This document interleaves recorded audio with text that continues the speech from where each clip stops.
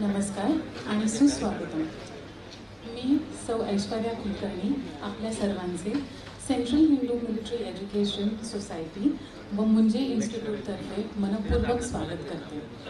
आज आपण या ठिकाणी भारत पाक युद्धविराम, पार्श्वभूमी व परिणाम या विषयावर आपल्या लाभलेल्या दिग्गज मान्यवरांचे मत आणि विचार ऐकण्यासाठी जमलेलो आहोत. मी विनंती करते आजचे आपले मुख्य पाहुणे आणि आपले CHME सोसायटी परिवारातर्फे जे इथे उपस्थित आहेत त्यांनी मंचावरती यावं.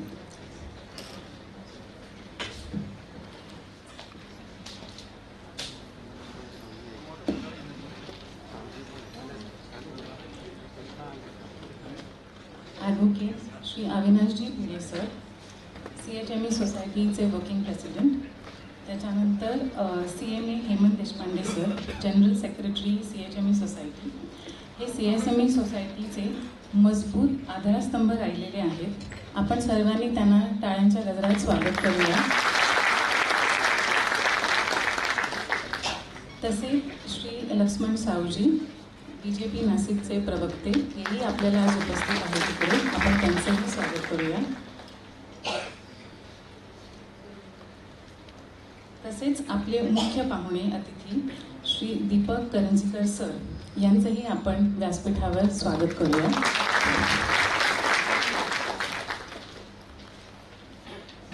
मी व्यासपीठावर बसलेल्या सर्व मान्यवरांना विनंती करते की त्यांनी पुढे यावे व दीप प्रज्वलन करावे.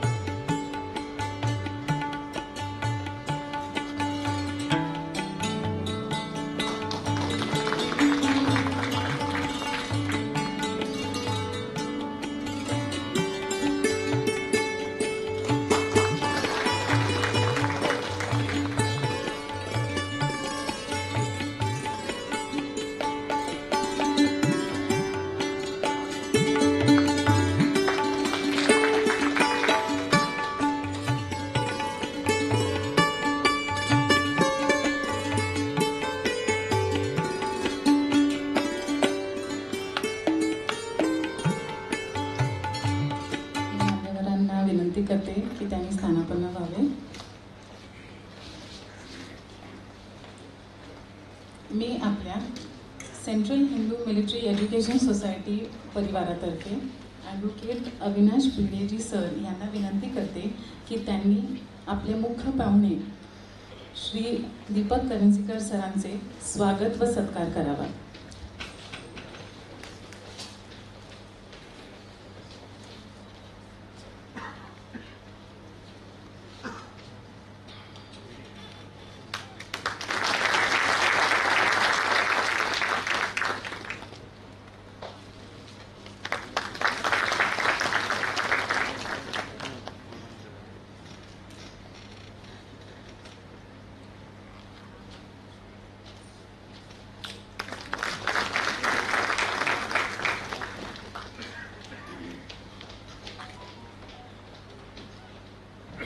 तसेच मी मयूरजींना विनंती करते की त्यांनी श्री अविनाश भिडेजी सरांचा सत्कार करावा.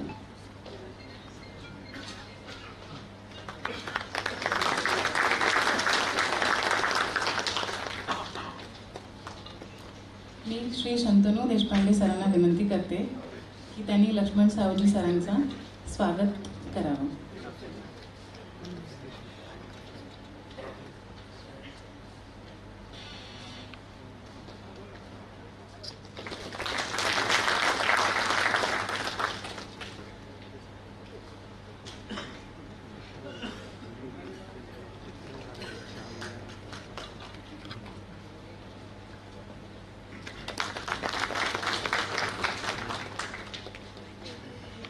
तपासनी सरांना विनंती करते की त्यांनी CMA हेमंत देशपांडे सरांचा स्वागत करावं.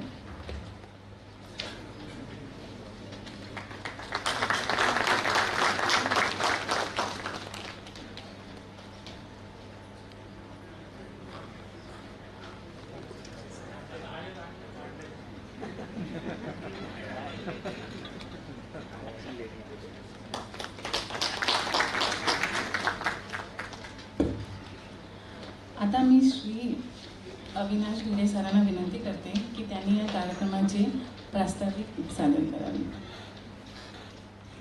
सर्वांना नमस्कार.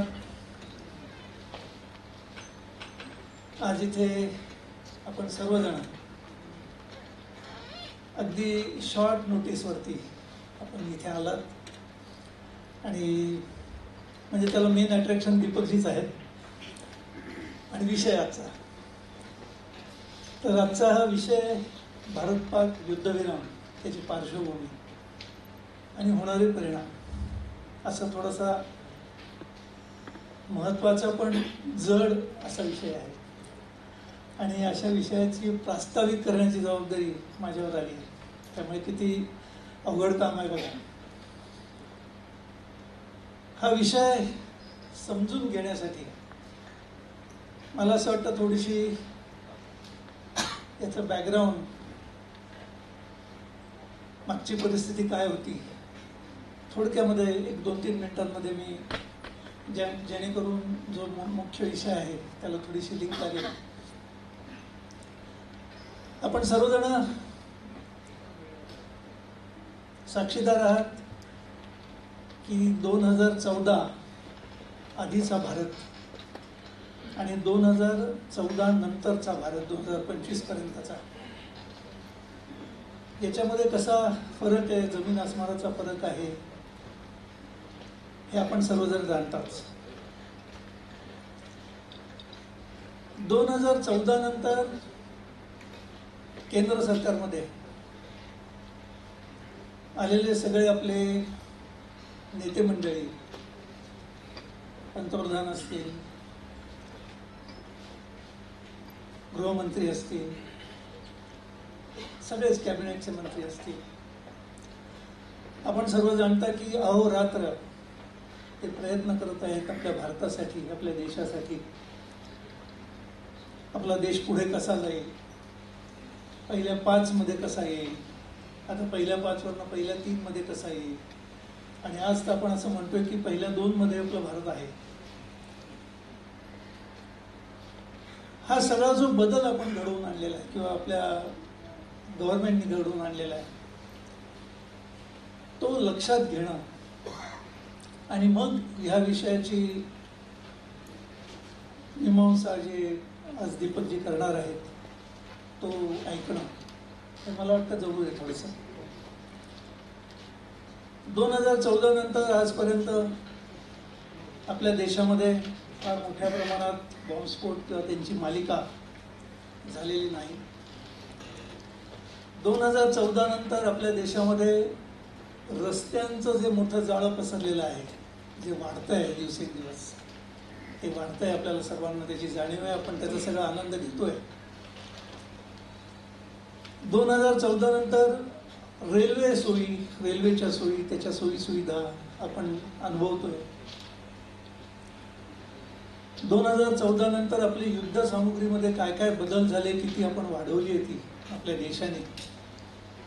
अनेक प्रकारची फायटर जेट्स, अनेक प्रकारची हेलिकॉप्टर्स, अनेक प्रकारची पाणबुड्या, विमानवाहू नौका, आपल्या सैन्य दलामध्ये सुद्धा खूप सुधारणा होत आहेत, होणार आहेत, ते आपण सगळे अनुभव घेतोय. हे सगळं करण्यासाठी आपले नेते मंडळी, विशेषतः आपले पंतप्रधान अहोरात्र झटत आहेत, याची पण आपल्याला जाणीव आहे. कोविड पिरियडमध्ये आपल्याला माहिती आहे की भारत देशवासियांचं मनोबल वाढवण्यासाठी काय काय प्रयत्न आपल्या सेंट्रल गव्हर्नमेंटने केले. लसचं उत्पादन करून ती परदेशामध्ये सुद्धा आपण देऊ शकलो. कोविड पिरियड संपल्यानंतर आपल्या देशामध्ये जी अस्थिरता निर्माण झाली होती, अस्वस्थता निर्माण झाली होती, ती सुद्धा आपण बघितली. ती पण आपण आता सगळे गेल्या दोन वर्षामध्ये लाईनीवर येतोय. आणि नंतर हा जो अतिरेकी घटना होतच होत्या दरम्यानच्या काळात, परंतु पहलगामची घटना ज्याला आपण म्हणतो की 100 पापं भरल्यानंतर काय होतं, तसं मला असं वाटतं की आता हे झालेलं आहे. आणि त्याच्यानंतरचा सगळ्या 2 दिवसातला सगळा इतिहास मी काही इथे सांगत नाही, तो आपल्याला सगळ्यांना माहिती आहे. परंतु युद्धविराम झाल्यानंतर विरोधी पक्ष किंवा विरोध करणारे हे त्या संदर्भात बोलतीलच, त्याबद्दल काही आश्चर्य नाही.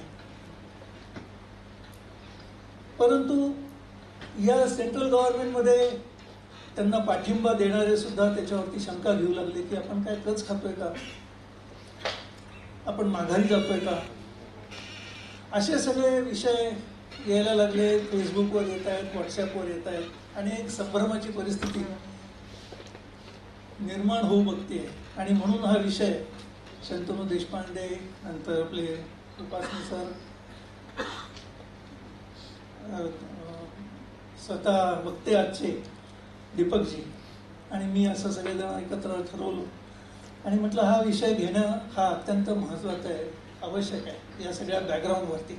आणि म्हणून हे थोडीशी 1-2 मिनिटाची मी बॅकग्राऊंड आपल्याला सांगितली. या पार्श्वभूमीवरती हा युद्धविराम हा विषय आज दीपकजी सांगणार आहेत, तो समजून घेणं अत्यंत गरजेचं आहे.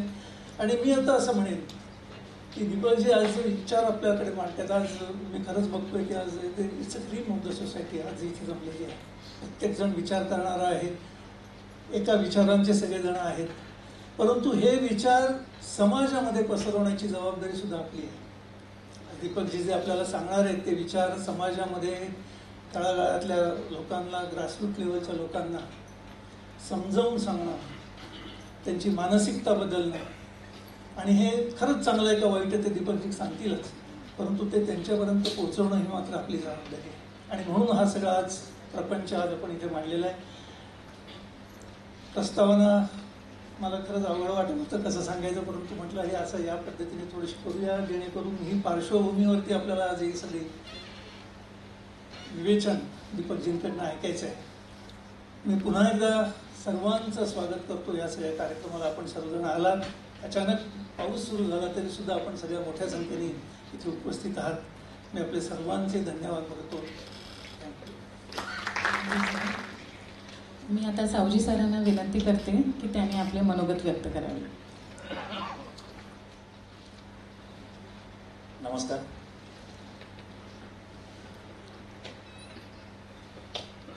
माननीय अविनाशजी, आजचे प्रमुख व्याख्याते, माझे मित्रवर्य सन्माननीय दीपकजी, हेमंतराव, समोर बसलेले सर्व गुरुजन वर्ग, मित्रांनो, बंधू भगिनी,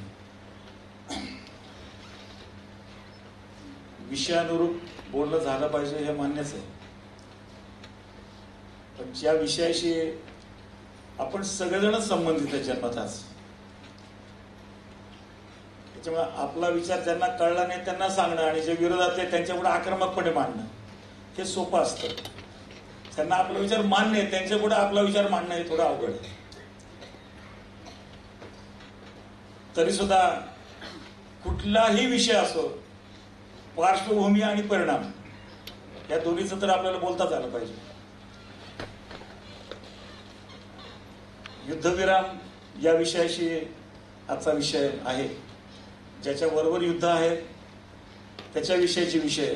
संगणकीय डिजिटल युगामध्ये सर्व विरामचिन्हांची वास लागल्यानंतर आपण विराम हा बऱ्यापैकी इथे शब्द फिट बसलेला.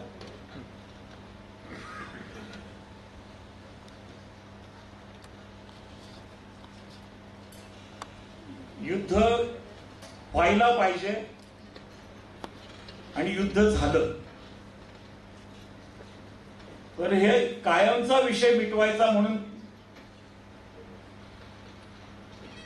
आपण 50 साली सुरुवात केली. राजकीय व्यवहारात 47 नंतर 51 साली जसं श्यामाप्रसाद मुखर्जी दीनदयाळ सूत्र आली, एक देश में दो विधान दो प्रधान दो निशान नहीं चलेंगे, इथून जी सुरुवात झाली होती 51 ते 50 आणि 25 75 वर्ष आपण मनामध्ये ह्या विषयाचं मांडणी करत होतो. कधी काळी सत्ता आम्हाला अटलच्या रूपाने आली होती, या विचार प्रवाहाला ती संमिश्र होती, पण त्याही काळात जे आम्ही काही करू शकलो त्याचं विस्मरण समाजाला झालं. मे महिना गेला, 11 मेला अणुस्फोट झाला होता. मे महिन्यात 11 मेला अणुस्फोट झाला होता, तो केला होता आणि फक्त अटलजी होते म्हणूनच झाला होता हे लोक विसरून गेले. इतकंच काय, जे युद्ध पार्श्वभूमी आहे, जे सैनिकांचं बलिदान होतं, मला त्यावेळीची एक तात्यासाहेबांची कविता नेहमी आठवते. अनामवीरा जिथे जाहला तुझा जीवनांत, स्तंभ तिथे ना कुणी बांधला पेटली न वात. ही त्यावेळीची पार्श्वभूमी होती. ते चित्रण कवितांमध्ये आलं, साहित्यामध्ये येतं. पण अटलजी पंतप्रधान झाल्यानंतर ज्या सैनिकांनी हौतात्म्य पत्करलं त्यांचं अंत्य दर्शन घेण्यासाठी किंवा त्यांचं अंत्यविधी होण्यासाठी ते शव गावात जायला लागलं पहिल्यांदा. हा आपल्यामुळं बदल झाला.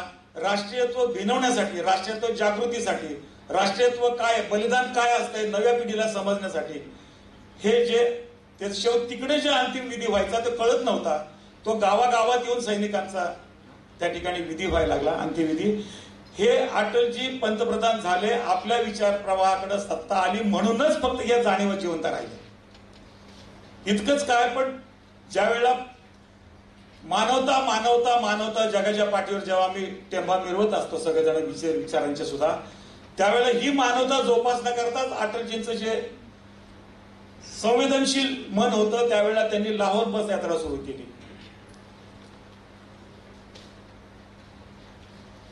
भारत पाकिस्तान पड़ोसी साथ साथ रहना है, प्यार करे या वार करे दोनों को ही सहना है. जो हम पर गुजरे वो बच्चों के संग न होने देंगे, हम जंग न होने देंगे. या विचारावर सरकार चालवलं. या विचारावर पुरा 25 वर्ष आम्ही काढली, तरीही यांच्यामध्ये काही बदल झाला नाही. आणि मग अतिरेक्यांचे हल्ले, जिहादींचे हल्ले हे सतत 40 वर्ष सहन करून आम्ही किती दिवस सहन करणार आहे? हे आता सहन करायचं नाही म्हणूनच 14ला एक मोठा बदल भारतामध्ये झाला. आणि ते वेगवेगळ्या निमित्तानं सगळे 2014 पासून बदल दिसत आहेत. परंतु याच्या मात्र ठोस कार्यवाही व्हावी असं सगळ्यांना वाटायचं. आणि ते मोदीजींनी आता मनावर घेतलं आहे हे सगळ्यांना जाणवतंय, दिसतंय. त्यामुळं निश्चितपणे ह्या सगळ्या विषयाचं पुढच्या 15-20 वर्षामध्ये याच्या विषयाची सगळी पार्श्वभूमी आणि पुढचा परिणाम दीपकजींकडून आपण ऐकणार आहेत. मला असं वाटतं की त्या विषयासाठी म्हणून खरं तर दीपक करंजीकरांसारखं व्यक्तिमत्व आपल्या नाशिकमध्ये घडलं याचा आपल्या सगळ्या समस्त नाशिककरांना सार्थ अभिमान. कारण गेली 15 आणि 25 40-45 वर्षापासून आम्ही वेगवेगळ्या निमित्तानं सोबत आहोत. आणि एक विचार प्रवाहात राहून, विचार प्रवाहाचं सगळं चिंतन करून, सगळ्या जगाचा अभ्यास करून आज जागतिक स्तरावरचं विचार मंथन सगळ्या क्षेत्रातलं करणारी जी मोजकी माणसं आहे त्याच्यामध्ये आज त्यांचा समावेश होतो. मला त्यांच्या मैत्रीचा, त्यांचा आपल्या परिवारात असल्याचा हा खूप अभिमान वाटतो. मी त्यांच्या आणि आपल्यामध्ये जास्त न राहता केवळ शंतनूनं त्याच्या मित्र प्रेमापोटी या कार्यक्रमाला सावजीही असावा असं वाटलं म्हणून मला या ठिकाणी बोलवलं आणि आपल्या सगळ्यांसमोर एक परीक्षा द्यायला लावली. मी त्यांना मनपूर्वक धन्यवाद देतो आणि आपल्या सगळ्यांचं प्रमुखांचं आभार मानून या ठिकाणी थांबतो. जय हिंद, जय महाराष्ट्र, जय हिंद. Thank you sir.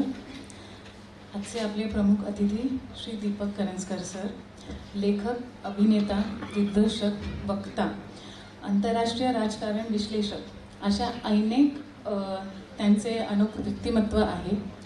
मी आता विनंती करते अनिल उपासनी सरांना मंचावर यावं आणि आपल्या प्रमुख अतिथीचं अधिक आम्ही जाणून घेऊ. Over to you sir.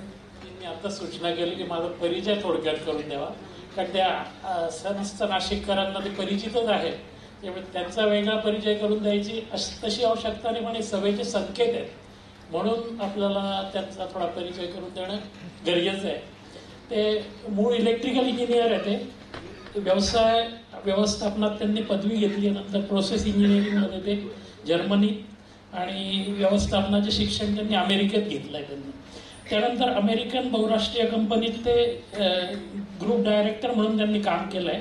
त्यानंतर व्यवस्थापकीय कौशल्य, मर्जर अँड ॲक्विजिशन, कन्सल्टन्सी, सामाजिक आर्थिक संस्था, प्रशिक्षण संस्था, संशोधन यासारख्या संस्थांमध्ये प्रशिक्षक, व्याख्याते, व्यवस्थापक, टीम लीडर अशा विविध भूमिकेत त्यांनी 6 देशात वास्तव्य केलं आणि 60 देशांना भेटी दिल्या. जग फिरलेला माणूस आपल्याला आज वक्ता म्हणून लाभलेला आहे, हे आपल्याला म्हणजे आपल्यासाठी भाग्याची गोष्ट आहे. जागतिक बँक, आंतरराष्ट्रीय नाणेनिधी, वॉल स्ट्रीट, तेलविषयक अर्थकारण, ग्राहकवाद अशा वेगवेगळ्या संस्थांची धोरणं व संकल्पना यावर दीपकजींनी आपल्या व्याख्यानातून प्रबोधन केलं आहे. अंत्योदयाऐवजी GDP हा कसा विकासाचा फसवा मापदंड आहे या विषयावर दीपकजी तळमळीने बोलत असतात.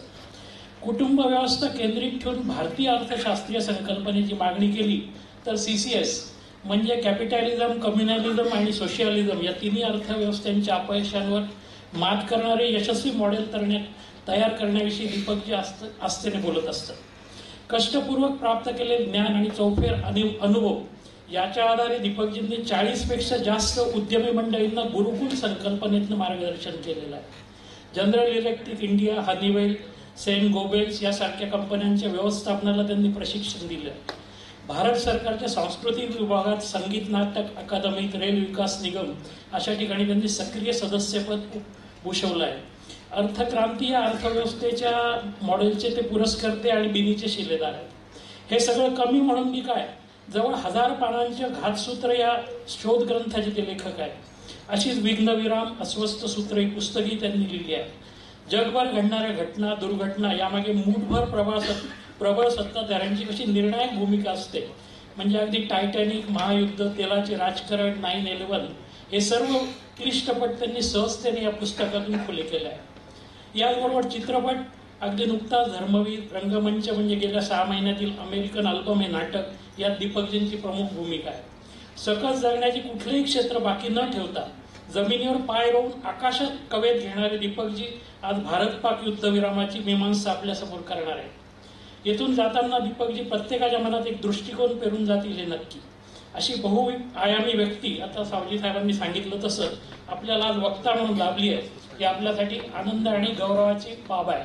या व्याख्यानात कसं आहे की acquiring fact is the knowledge, interpreting fact is the understanding and application of the fact is the wisdom. तर आपल्याला त्यांचा विचार ऐकून तो विचार आपल्याला सगळ्या लोकांमध्ये पसरवायचा आहे.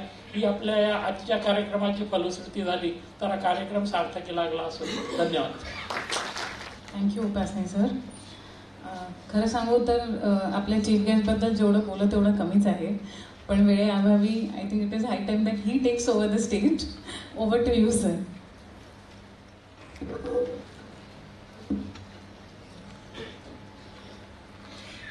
सन्माननीय व्यासपीठ आणि या राष्ट्रीय विचाराच्या संस्थेच्या अतिशय देखणे अशा सभागृहात जमलेले नाशिककर, माझे स्नेही मित्र मैत्रिणी, सर्वप्रथम माझे मित्र शंतनू देशपांडे, अनिल उपासनी, मयूर कापटे आणि अविनाशजी, हेमंतजी, लक्ष्मणराव सगळ्यांबद्दल ऋण व्यक्त करतो की त्यांनी हा विषय मांडण्याकरता मला इथे आमंत्रित केलं.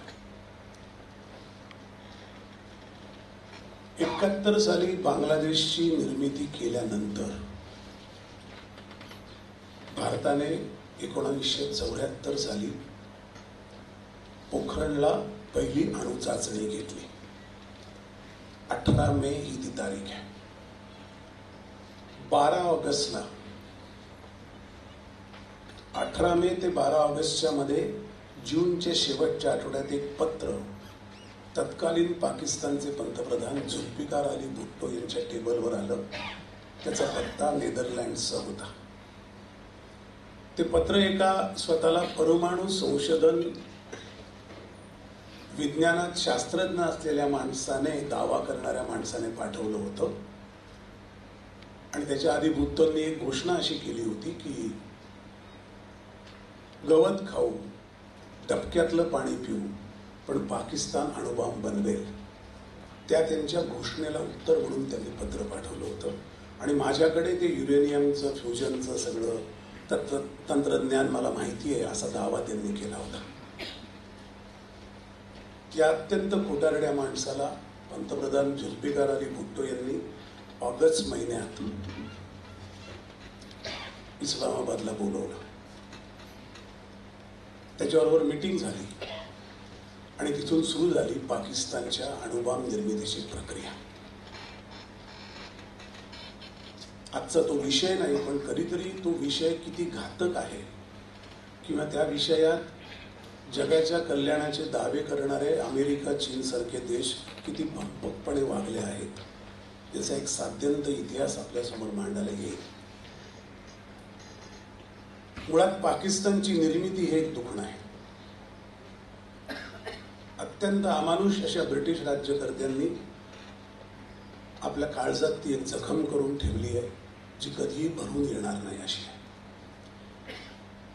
15 लाख लोकांचं शिरगाण करून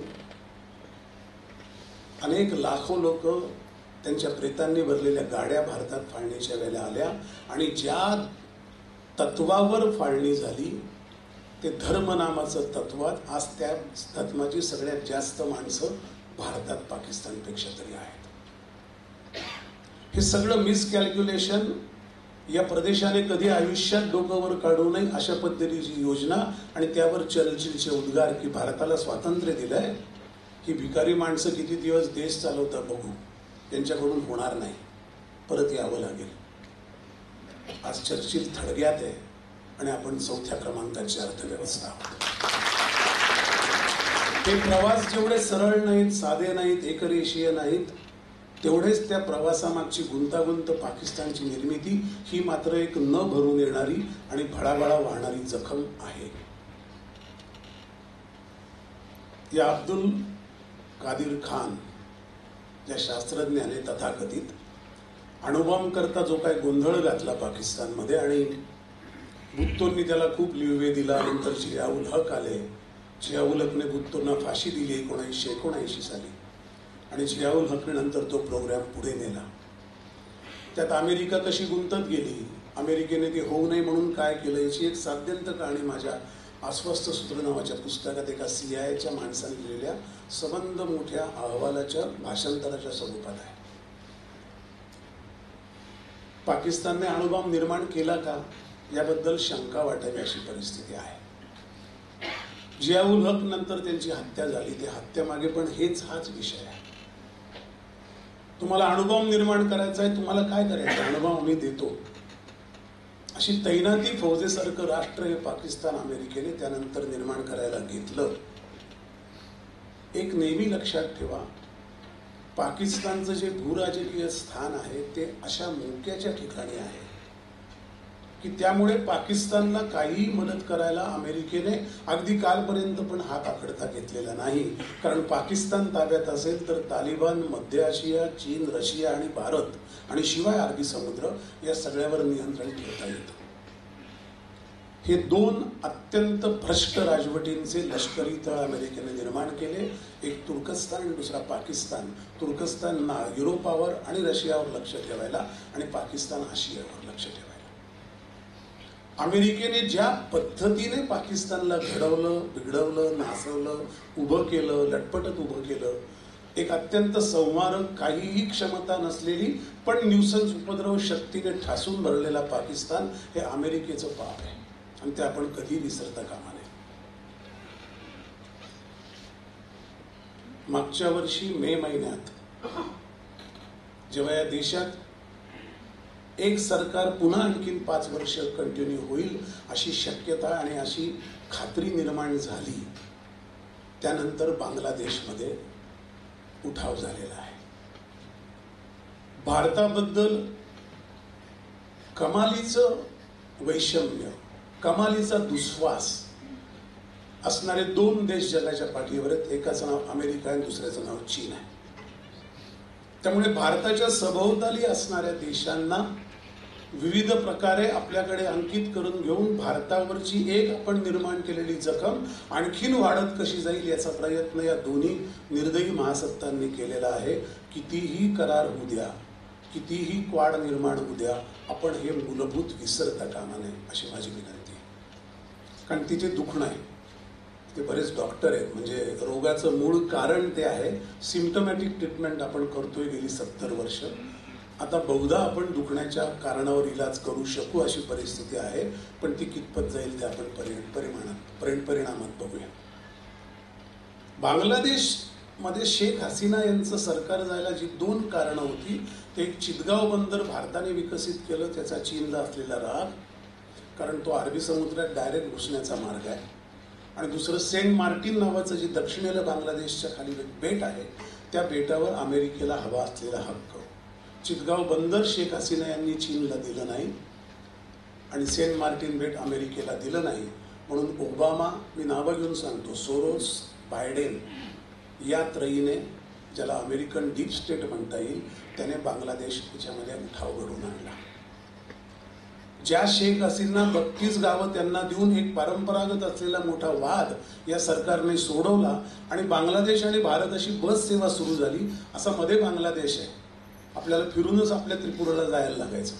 तो सगळं मिटवत आणलं, बांगलादेशाशी करार केले, त्यांच्या तागाला मार्केट दिलं.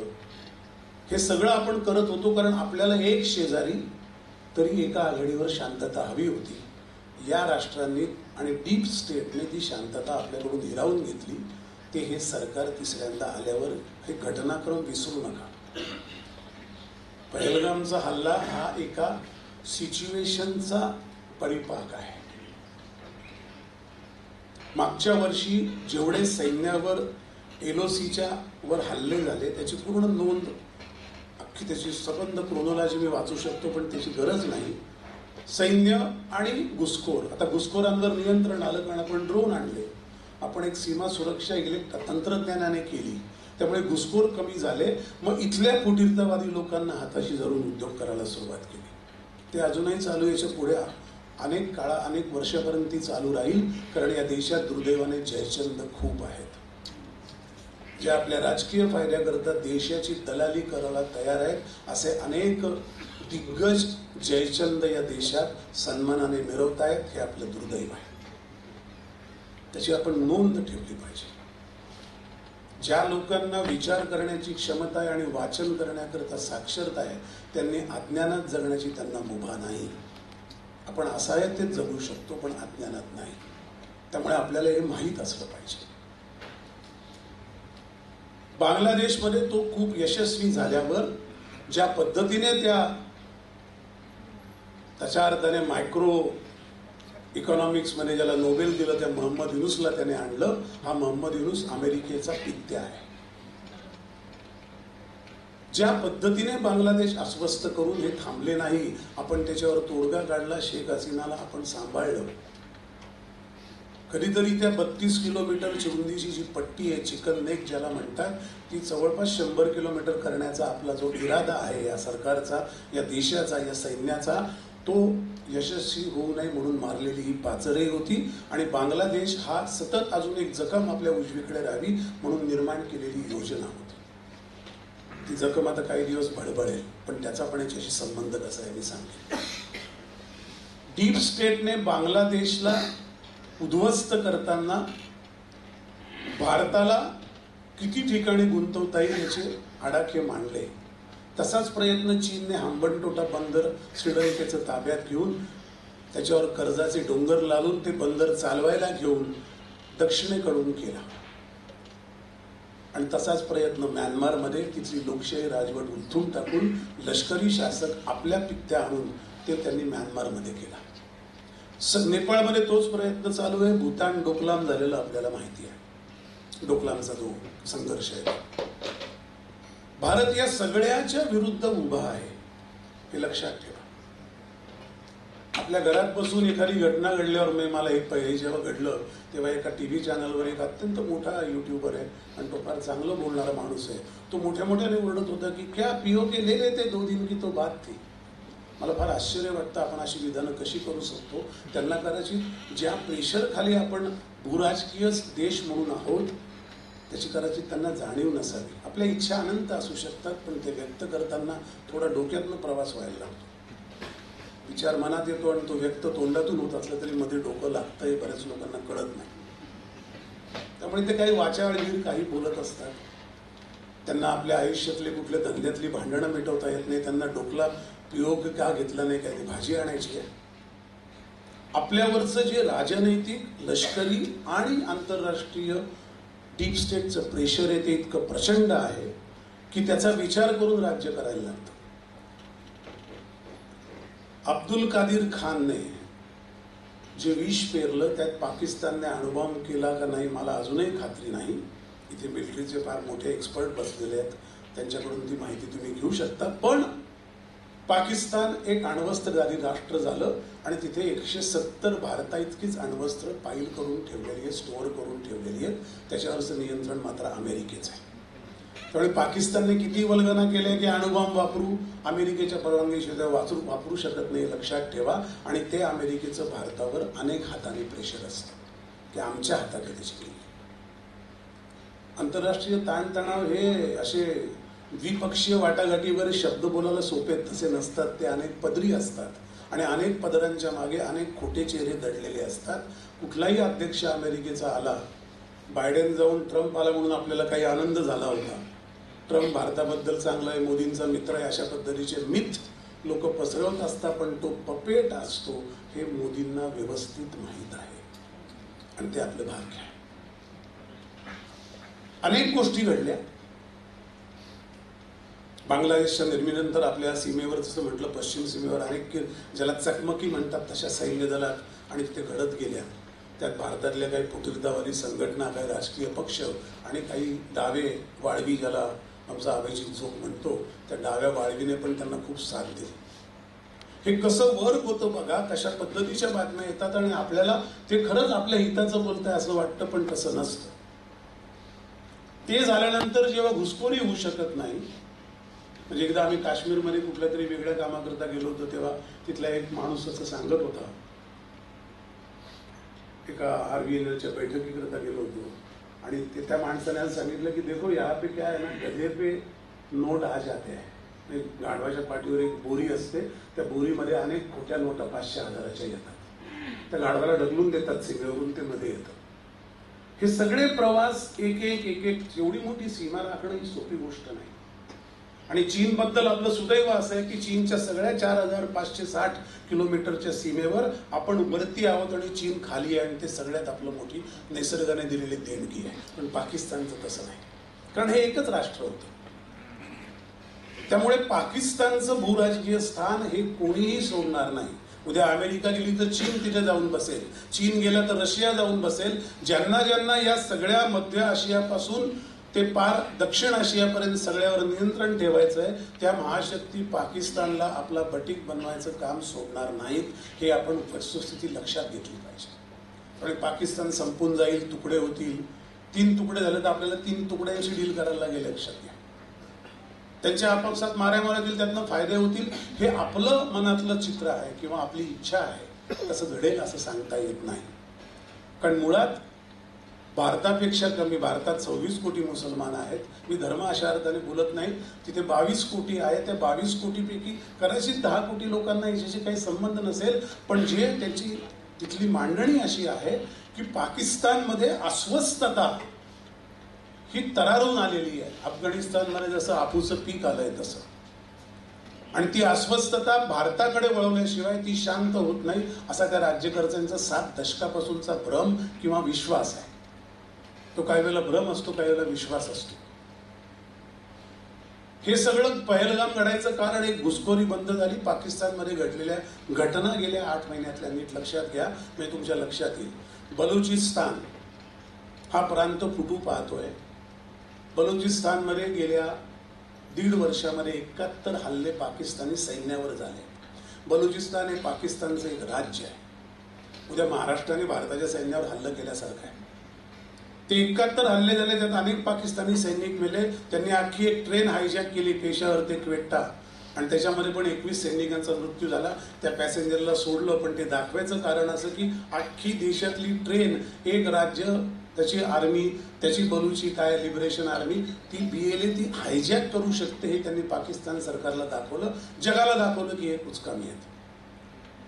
पाकिस्तानच्या ISIचा चीफ, त्याचं नाव मुनीर मलिक, हा अमेरिकेचा हस्तक आहे. आजही तो चीफ आहे ISIचा.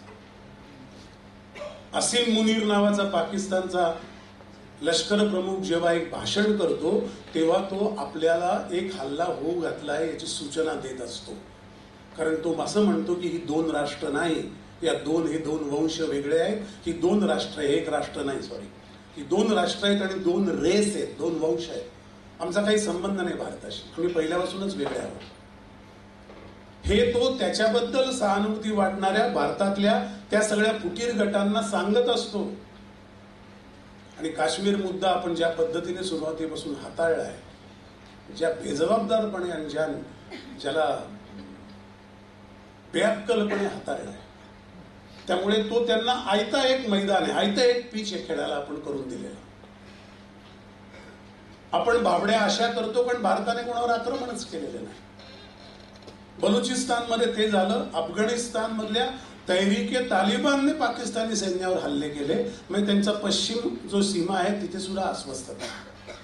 म्हणजे परवा तालिबानच्या एका प्रमुखाचं स्टेटमेंट आलं की दक्षिण आशियाच्या अशांततेला पाकिस्तान जबाबदार आहे.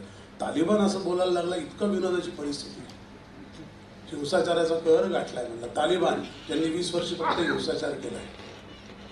पण आज आपण अफगाणिस्तानशी संबंध, आपल्याला पर्याय किती आहेत हे सांगण्याकरता मी सांगतोय, त्यामुळे आपल्या लक्षात येईल. आणि डोंट गेट नर्वस. पण हे कळल्याशिवाय असं का घडतं याचं उत्तर मिळत नाही. आणि पुढचं ते उत्तर हे का युद्धविराम झाला हे फार महत्वाचं आहे. बलुचिस्तानचा प्रॉब्लेम, सीमेवर तो प्रश्न, पाकिस्तानी ISI आणि लष्कर यांची प्रचंड मिलीभगत. इम्रान खान जेलमध्ये म्हणून हा मुनीर सत्तेवर आहे, लष्कर प्रमुख. इम्रान खान ज्या क्षणी बाहेर येईल त्या क्षणी हा मुनीर त्याची हत्या घेईल आणि दुसरा लष्कर प्रमुख येईल जो इम्रान खानला फेवरेबल असेल. तिथली राजकीय सत्ता ही पपेटपेक्षाही कचाकड्याची आहे, त्याच्यापेक्षा कमी दर्जाची आहे. त्या शरीफाने त्यांना काही अधिकार नाही, कुठल्याच पंतप्रधानाला कधीच नव्हते. ISI आणि लष्कर, गुप्तहेर संघटना आणि लष्कर यांची हात मिळवणी आणि सगळ्या टेररिस्ट ऑर्गनायझेशनची लष्कराशी असलेली हात मिळवणी. आणि म्हणून मुरिदके आणि जिथे आपण हल्ले केले त्या लष्कर ए तोयबा आणि जैश ए मोहम्मदच्या हेडक्वार्टर्स, बांधकाम, जमिनी, इनामं, त्याचे बांधकामाचा खर्च, त्याचा मेंटेनन्स पाकिस्तान सरकार करत असतं, कारण लष्कराचे तसे आदेश आहेत. आपण अशा एका राष्ट्राशी डील करतो आहे ज्याच्याशी एक चेहरा नाही, वाटाघाटी करण्याकरता कोणीही सक्षम नाही.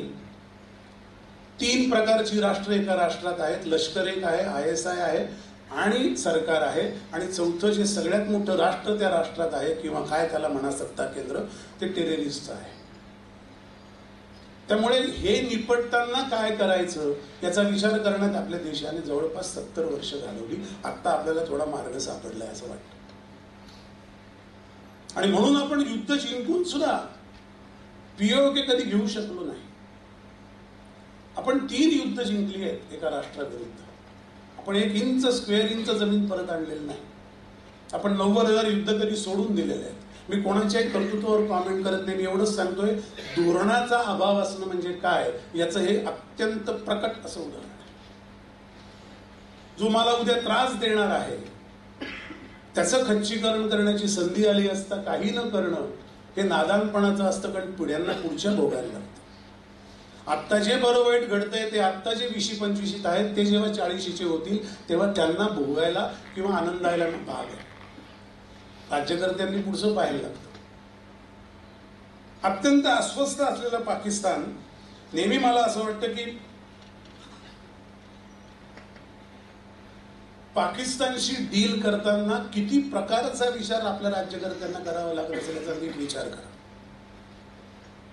त्यातला लूज एलिमेंट शोधायचा, त्यातलं सगळ्यात कच्चा दुवा निवडायचा आणि त्याच्यावर हल्ले करायचे. त्याला म्हणून त्यादिवशी पंतप्रधान म्हणले की उनके आका म्हणजे त्यांना पोचणारे सुद्धा हे त्यांच्या विरुद्धचं पण युद्ध आहे, आणि तेही आपण यावेळेला 3 दिवसात करून दाखवलं. आपण 72 तासामध्ये 70 वर्षाचं सूड घेतलं हे विसरू नका. जो पुढच्या 10 वर्षाकरता, तो पुढच्या 10 वर्षाकरता अखंड राहील इतका नेमका वार आहे. शिवछत्रपतींनी अफजल खानावर केला तसा, मी धर्म म्हणून म्हणत नाही, शत्रू म्हणून म्हणतो. अफजल खानाला सामोरं जाताना त्यांनी अफजल खानाशी मी करणारच, पहिलाच माझी लढाई त्याच्याशीच आहे. कारण तो जेव्हा इतका प्रचंड ताकदीचा माणूस सेनापती संपेल आदिलशहाचा, तेव्हा त्यांना कळेल स्वराज्य काय. आपण आत्ता ते करायचा प्रयत्न केला हे विसरू नका. सगळीकडून कोंडी झाल्यावर मग काश्मीरमध्ये पहलगामचं 22 एप्रिलला ती घटना घडली. ती घटना घडताना काही करता येत नाही याचं दुःख इतकं मोठं होतं की त्यांना जात विचारून धर्म विचारून मारलं गेलं. हा थेट हल्ला होता. हे याच्या आधी कधी झालं नाही. आत्ता का झालं याची बॅकग्राऊंड तुम्हाला सांगितली. 3 सत्ता केंद्र, 4 टेररिस्ट, देशातली अत्यंत भुकी कंगाल जनता, त्या सगळ्या लोकांशी त्यांना त्यांचं लक्ष वळवण्याकरता काश्मीरचा प्रश्न, वेगवेगळ्या प्रांतामध्ये चाललेले फुटीरतावादी उद्योग, तो देश एकत्र ठेवण्याची, ज्याच्याकडे न्यूक्लिअर अमेरिकेचं स्टोरेज आहे, पाईल्स ऑफ न्यूक्लिअर वेपन्स आहेत, वॉरहेड्स आहेत, तो देश सुरक्षित ठेवण्याची जबाबदारी. इतक्या प्रचंड प्रेशर खाली तिथलं जे काय थोडंफार सरकार गडबडीत अस्तित्वात आहे ते जात असतं, आणि त्यामुळे अशा पद्धतीच्या घटना घडतात. पण यावेळेला त्यांचा रोख थेट होता, कारण मधल्या काळामध्ये भारतातही अनेक गोष्टी घडलेल्या आहेत. 370 कलम जाणं, 1535 सालचा राम मंदिराचा इतक्या वर्षानंतर उभा केलेला स्वप्रतिष्ठेचं मानदंड, वक्फ बोर्डाचे ट्रिपल तलाक, या सगळ्या गोष्टी, ज्या गोष्टींमुळे भारत हे त्या धर्माचं राष्ट्र होईल अशा अनेक जगातली मुस्लिम राष्ट्र बाळगून आहेत, आणि ती सगळी एक आहेत लक्षात ठेवा. ते सगळं इथे करणारं, एका धडाक्याने करणारं, हिमतीने करणारं सरकार कुठल्याही परिस्थितीत गेलं पाहिजे, म्हणून इथल्या लोकांना हाताशी धरून जे उद्योग चालले होते आणि जे चालत राहतील अजून काही दिवस, त्याचा सगळ्यात डायरेक्ट उद्रेक झाला तो पहलगाम होता. पहलगाम झाल्यावर साधारण 15 दिवस आपण काही केलं नाही. बऱ्याच लोकांना असं वाटतं की काय, म्हणजे आपल्या इमोशन्स चुकीच्या नाहीत ना, ज्यांना वाटतं त्याच्याबद्दल काही मला म्हणायचं नाही. रशियाकडून S-400 आपण घेतल्यानंतर त्या सिस्टीमचं आत्ता आपण घडवलेलं जे इंटिग्रेशन आहे ते अनेक बॅकएंड सिस्टीमशी, ते करायलाही वेळ लागतो. तुम्हाला खरं सांगायचं अगदी प्रामाणिकपणे एका वाक्यात, ते हे जगातलं पहिलं टेक्नॉलॉजी वॉर आपण जिंकलंय. हे जगातलं पहिलं आहे. तुम्ही जर हे आता 60ला असतील त्यांना इराक आणि कुवेतचं झालेलं अमेरिकेचं युद्ध आठवत असेल. ते स्कड मिसाईल जायचे आकाशात, आणि मला त्यावेळेला टीव्हीवरच्या, दूरदर्शन होतं तेव्हा, चर्चा अशा होत्या किंवा रेडिओवरच्या सुद्धा की रामायणात महाभारतात आपण अस्त्र पाहिली होती, आता ही अमेरिकेने नवीन अस्त्र निर्माण केली आहे, बापरे माहिती खरी होती वगैरे, असे बाबडे विषय आपण चालले होते. कारण कुवेतवरून ते स्कड क्षेपणास्त्र करत होते. आत्ता आपण जे केलं त्याच्याने अमेरिकेची आणि चीनची टेक्नॉलॉजीची मातब्बरीची धुंदी आपण उतरवली हे लक्षात ठेवा. हे फार मोठं यश आहे आपल्या सैन्याचं, आपल्या इंटेलिजन्सचं, आपल्या सायबर युद्धाचं. भारतीय सैन्य दलाचा कॅनव्हास किती प्रचंड आणि प्रकट आहे ते मी शेवटी जाताना सांगेन. पण आत्ता हे लक्षात ठेवा की सायबर स्पेस किंवा सायबर तंत्रज्ञान आधारित युद्ध एक सैनिक सीमा ओलांडून गेला नाही, एक विमान सीमा ओलांडून गेलं नाही, एक युद्ध नौका 2 नॉट सुद्धा सरकली नाही हद्दीच्या पुढे, आणि आपण 21 ठिकाणांना उद्ध्वस्त केलं, आणि त्यातले 11 धावपट्टे आहेत. हे कधी घडलेलं नाही. या युद्धाकडे किंवा या युद्धविरामाकडे बघताना त्याची पार्श्वभूमी समजून घ्या, आपण काय घडवलं आहे. तुम्ही जर पेपरच्या बातम्यांनी ट्रेस करत गेला असाल तुमच्या लक्षात येईल, या आधी जेव्हा हल्ले झाले, मी 1916चं पुलवामाकडे नंतर येतो, आधीच 2001 पासून सगळे 2008 हे जे हल्ले होत होते, मुंबईचा हल्ला आपल्या महाराष्ट्रावर आपल्या जवळ झालेला, आपला रिस्पॉन्स काय होता? डॉक्ट्राईन, डिप्लोमसी, डिस्कशन, डिबेट, डेमॉन्स्ट्रेशन, त्याचा परिणाम काय होता? 0, D0, D0, मोठा 0. काही परिणाम झाला नाही. उर्राणा आत्ता भारतात आलाय 2008 नंतर. किती वर्ष झाली? परिणाम सोडून द्या. त्यातल्या जे कटात सामील असलेल्या माणसांपैकी एक आत्ता आपण भारतात आणू शकलोय. कुठल्या डिप्लोमसीने, कुठल्या डॉक्टराईनने, कुठल्या डिस्कशनने, कुठल्या डिबेटने आपल्याला काय दिलं याचा विचार आपण कधी करत नाही. त्या हल्ल्याने त्यांनी काय दाखवलं की आम्हाला पाहिजे तेव्हा आम्ही पाहिजे तिथे येऊ शकतो, तुम्ही काही करू शकत नाही. तो आपल्या स्वतःच्या आत्मसन्मानावरचा घाला होता.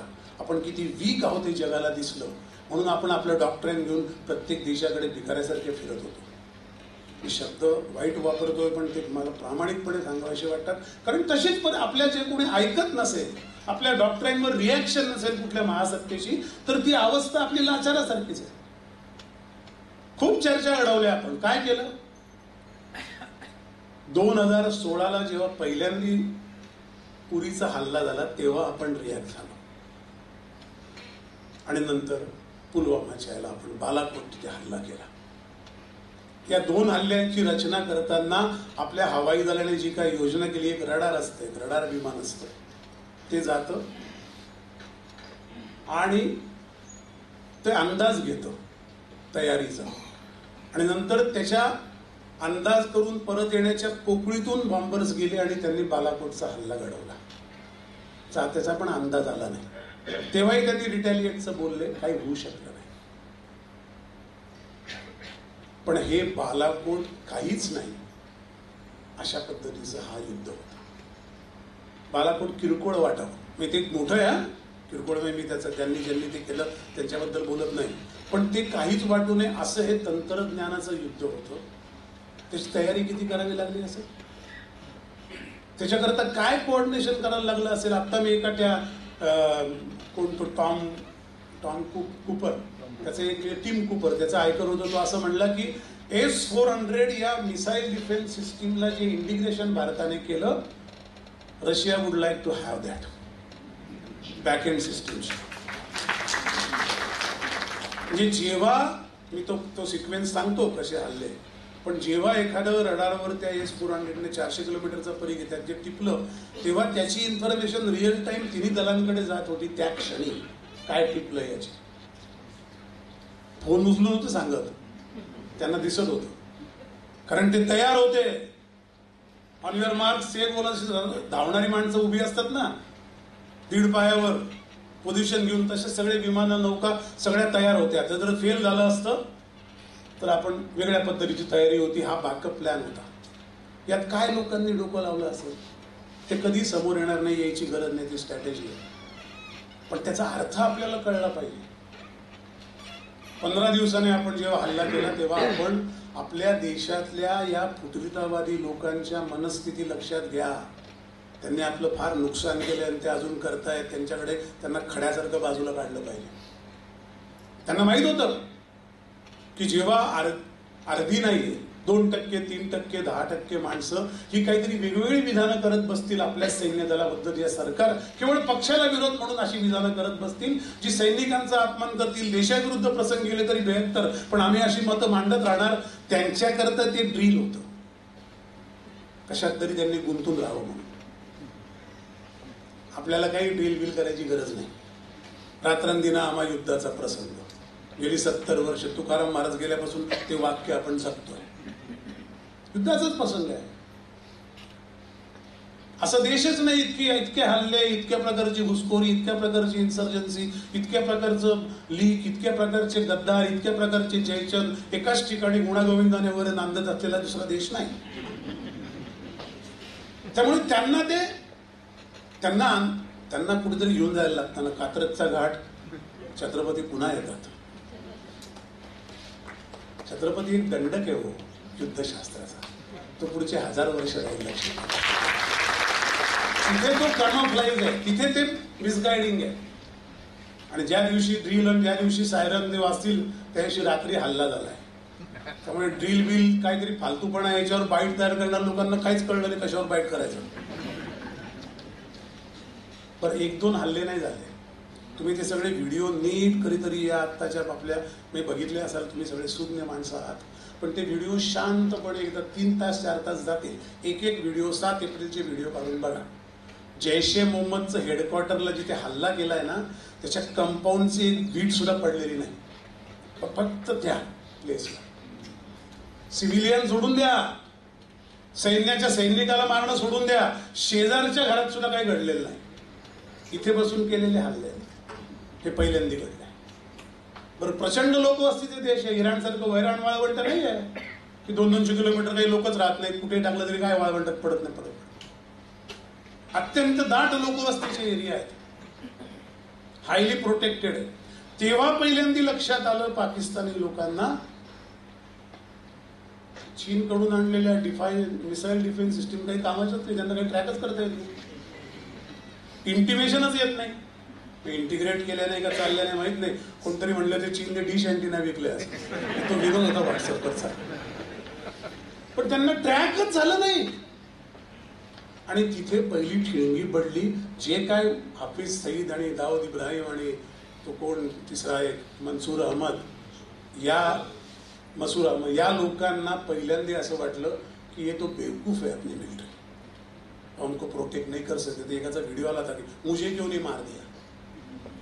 लोकांना मारून जे जगतात त्यांना मला का नाही मारला असं वाटावं, हा फार मोठा फरक आहे. फार मोठं परिवर्तन आहे आपण घडवलं.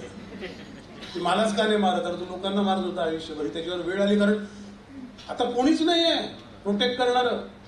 त्याने एक स्टेटमेंट दिलं होतं, म्हटलं हे लोक क्या कर रहे थे, काय का चायनीज सिस्टीम. तो मेसेज कोणाला होता? आणखी चीनला. तंत्रज्ञानाचा चीनने फार हवा केला आहे. मी तुम्हाला सांगू का, चीनचा जो दबदबा आहे ना, तो या युद्धाने जेवढा टाराटारा फाडलाय ना, तेवढा कोणी फाडलेला नाही. एकही युद्ध न केलेला भुक्कड देश आहे. अमेरिकेकडून तंत्रज्ञान चोरून आपली विकसित केलेला सिस्टीम विकसित केलेला देश आहे. आत्ता हार्वर्ड विद्यापीठातनं 52 सायंटिस्टला आकलून दिलं, जे अमेरिकन नागरिक होते पण मूळचे चीनी होते, कारण त्यांनी अनेक दस्तावेज कॉपी पेस्ट करून तिकडे चीनमध्ये पाठवले होते. हार्वर्डमध्ये आत्ता सगळं कम्प्लीट त्याला ज्याला म्हणतात ते शोध घेणं चाललंय, कुठून कुठून गेले. तो अमेरिका चीनच्या दोन्ही भंपक देशांचा एकमेकातला वाद आहे. पण तिथे असं लक्षात आलं की यांचं तंत्रज्ञान वगैरे हे सगळं परेड बिरेड करायला ठीक आहे त्यांच्या त्या कम्युनिस्टांसमोर, पण ऍक्च्युअली हे काही चालत नाही. चालतं की नाही अशी शंका आपण नक्की निर्माण केली आणि आपण त्याच्यावर कॉमेंट नाही केली. तुम्ही लक्षात ठेवा, हा आपण कशात कमी पडलो ते पण सांगेन. माझ्या हिशोबाने कमी पडलो म्हणजे आपण जगातल्या मीडियामधले सगळे हेडलाईन जर 8-15 दिवसातले वाचल्या तर भारताने काही फार घडवलं असं त्यांना कल्पना आली नाही. हा स्ट्रॅटेजीचा भाग असू शकतो, पण आपण प्रेस खूप उशिरा सुरू केला, आपण त्याचं कम्युनिकेशन उशिरा केलं. कारण असतील ती माणसं ज्या पोझिशनला बसली आहेत त्यांनी का केलं असा मूर्खासारखा प्रश्न मी विचारणार नाही. त्यांची गणित असते, त्यांना जे दिसतं ते आपल्याला दिसत नाही. ते 100 मधल्यावर उभे आहेत, त्यांना वेगळं दिसतं. आपण पहिल्या मधल्याच्या गॅलरीत उभे, आपल्याला गेट आणि सिक्युरिटी शिवाय काही दिसत नाही. हा आपण फरक लक्षात घेतला पाहिजे. पण त्यांनी ते केलं आणि त्या डिफेन्स सिस्टीमचं 12 वाजले. चीन आपलं पाकिस्तान याला उत्तर देणारे नक्की होतं. परत 8 तारखेला आपण ते परत हल्ले झाले. त्यानंतर पाकिस्तानने ड्रोन बीन जे काय सगळीकडून सामान गोळा केलं होतं, चीन बीन तुर्कस्तान इकडून तिकडून, ते सगळं वापरायला सुरुवात केली.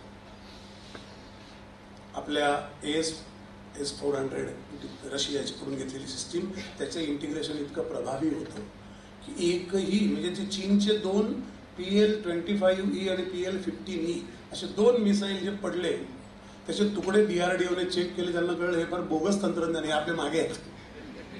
जे त्यांनी पाकिस्तानला कशाकरता विकलं त्यांनी का घेतलं माहिती. म्हणजे आंधळ्याच्या खांद्यावर लंगडा बसल्यासारखं, एकाला दिसत नाही एकाला चालता येत नाही. हे लोकांपुढे आलं आणि त्याचे कुठलेही त्यांनी इतके ड्रोन पाठवले, इतक्या गोष्टी, त्याचं काही झालं नाही. आपल्याला याचं आश्चर्य नाही वाटत का भारतीय नागरिक म्हणून? त्याचा अभिमान नाही वाटत आपल्याला? चहा कोणाला वाटतं काय आपण थांबून टाकले युद्ध वगैरे? युद्ध काय तुमचे काय भाजीवाले घंटा गाडी का काय?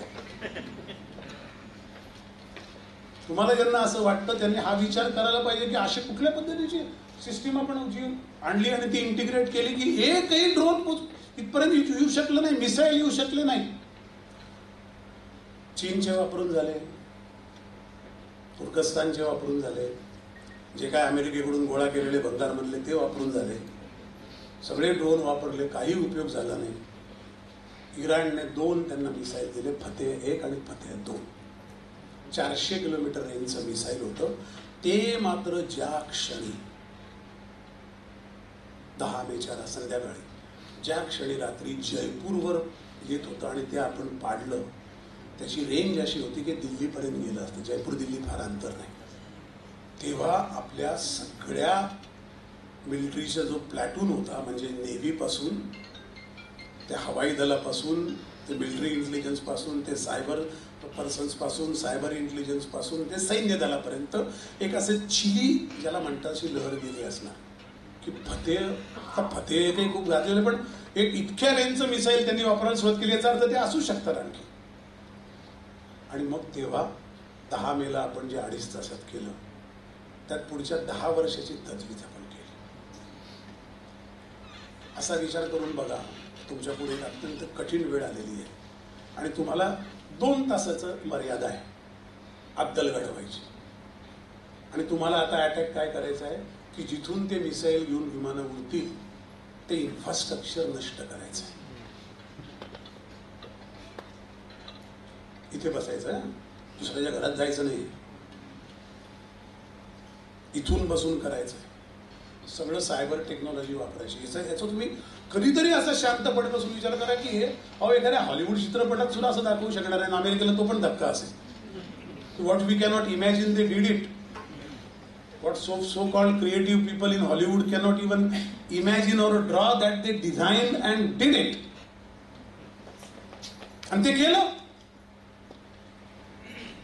ज्या हवाई दलांच्या धावपट्ट्या त्याची नावं लिहून आणली तुम्ही, तर 11 हवाई दळ आहे. नूर खान, 10 किलोमीटर इस्लामाबाद, तिथेच तो पिंजरी भुट्टो आंतरराष्ट्रीय विमानतळाचा एक भाग म्हणजे नूर खान धावपट्टी आहे. रफिकी, मुरीद, सुकूर, सियालकोट, पसरूर, चुनियन, सरगोदा, स्कार, बोलारी आणि जॅको बाबर.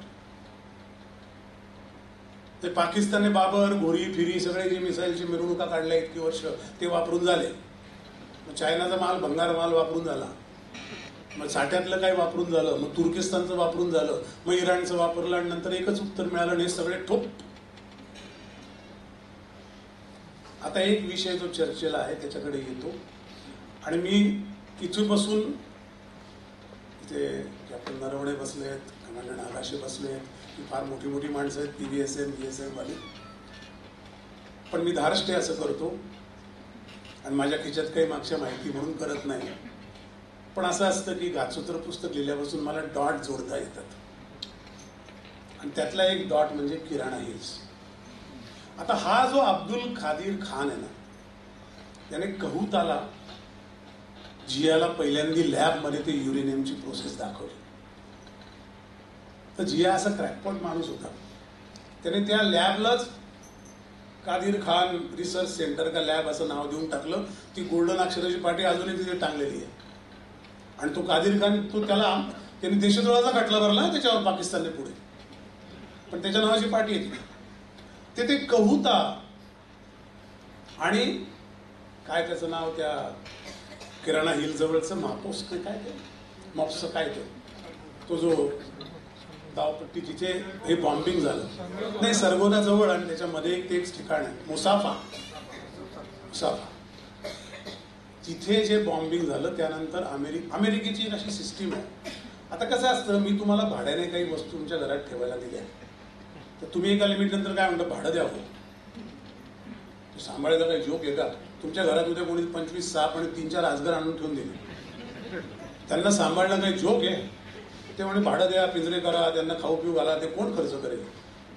अमेरिकेने हे सगळे धंदे पाकिस्तानमध्ये because of its strategic geographical location त्यांना ठेवण्याचं भाडं दिलं, त्याच्यावर यांनी टेररिस्ट पोचलेले आहेत. ही फॅक्ट. आणि ती काय 500 बिलियन, 600 बिलियन, 300 बिलियन, 200 बिलियन इतक्या टोकाची मदत आहे. आतापर्यंत 21 वेळा अमेरिका पाकिस्तानच्या मागे उभा आहे. IMF थ्रू, वर्ल्ड बँके थ्रू प्रत्येक वेळेला त्यांना बेल आउट केलं. 21 वेळा केलंय आतापर्यंत. आणि तरी अमेरिका पाकिस्तान विरुद्ध बोलत असतील तर एक तर ते नशेत असतील किंवा ते खोटं बोलत आहे. ते अजिबात त्यांच्या विरुद्ध काही नाही. त्यांचं जे टूल आहे ते हत्यार आहे. म्हणजे मी एक पाकिस्तानबद्दल नेहमी गोष्ट सांगतो. एक सावकार होता. त्या सावकाराकडे एक माणूस कामाला होता, पोरगा. सावकार दुपारी जेवायला घरी यायचा, तो तिथे मुलगा बसायचा, त्याची बायको तिथे येऊन बसायची सावकाराची. रात्री जेवताना सावकाराकडे सांगायचे, हा काय तुम्ही ठेवलाय, हप्त्यातून 10 रुपये 5 रुपये चोरतो, इकड तिकडच्या बरण्यावर ओढतो, काहीतरी खातो, हा काय तो हा कुठला नोकर तुम्ही आणलाय. ती रोज तक्रारी करायची. सावकार एक शब्द बोलायचा आणि शांतपणे रात्री जेवायचं झोपून जायचं. एक दिवस तिने जेवायला वाढला नाही. सावकार म्हणलं काय झालं. ती म्हणली आज त्याने आपल्या मुलीवर कदाचित हात टाकायचा प्रयत्न केला, तिच्याकडे तो बघत होता, मला ते आता चालणार नाही, याला तुम्ही हाकला. सावकार म्हणलं तू जेवायला तर वाढ मला. ती म्हणली नाही, जेवणच देणार नाही. अहो काय तुम्ही याला सहन करताय, हा कोण 3 पाट माणूस. सावकार म्हणला तसं काही तू करणार नाही, त्याची तेवढी ताकद नाही, तू काळजी करू नको. आणि तुला अजून एक गोष्ट सांगतो, परत हा विषय काढू नको, माझं जेवण खराब करू नको. हा 5,000 रुपये चोरतो, 20 रुपये चोरतो, त्याचं काही फार काळजी करू नको, त्याच्याने माझं काही नुकसान होत नाही. याने आणि मी मिळून जे गावात धंदे केले आहेत ना, ते जर लोकांना कळले तर आपल्याला गावात राहता येणार. पाकिस्तान अमेरिकेचं रिलेशन एक्झॅक्टली तसं आहे.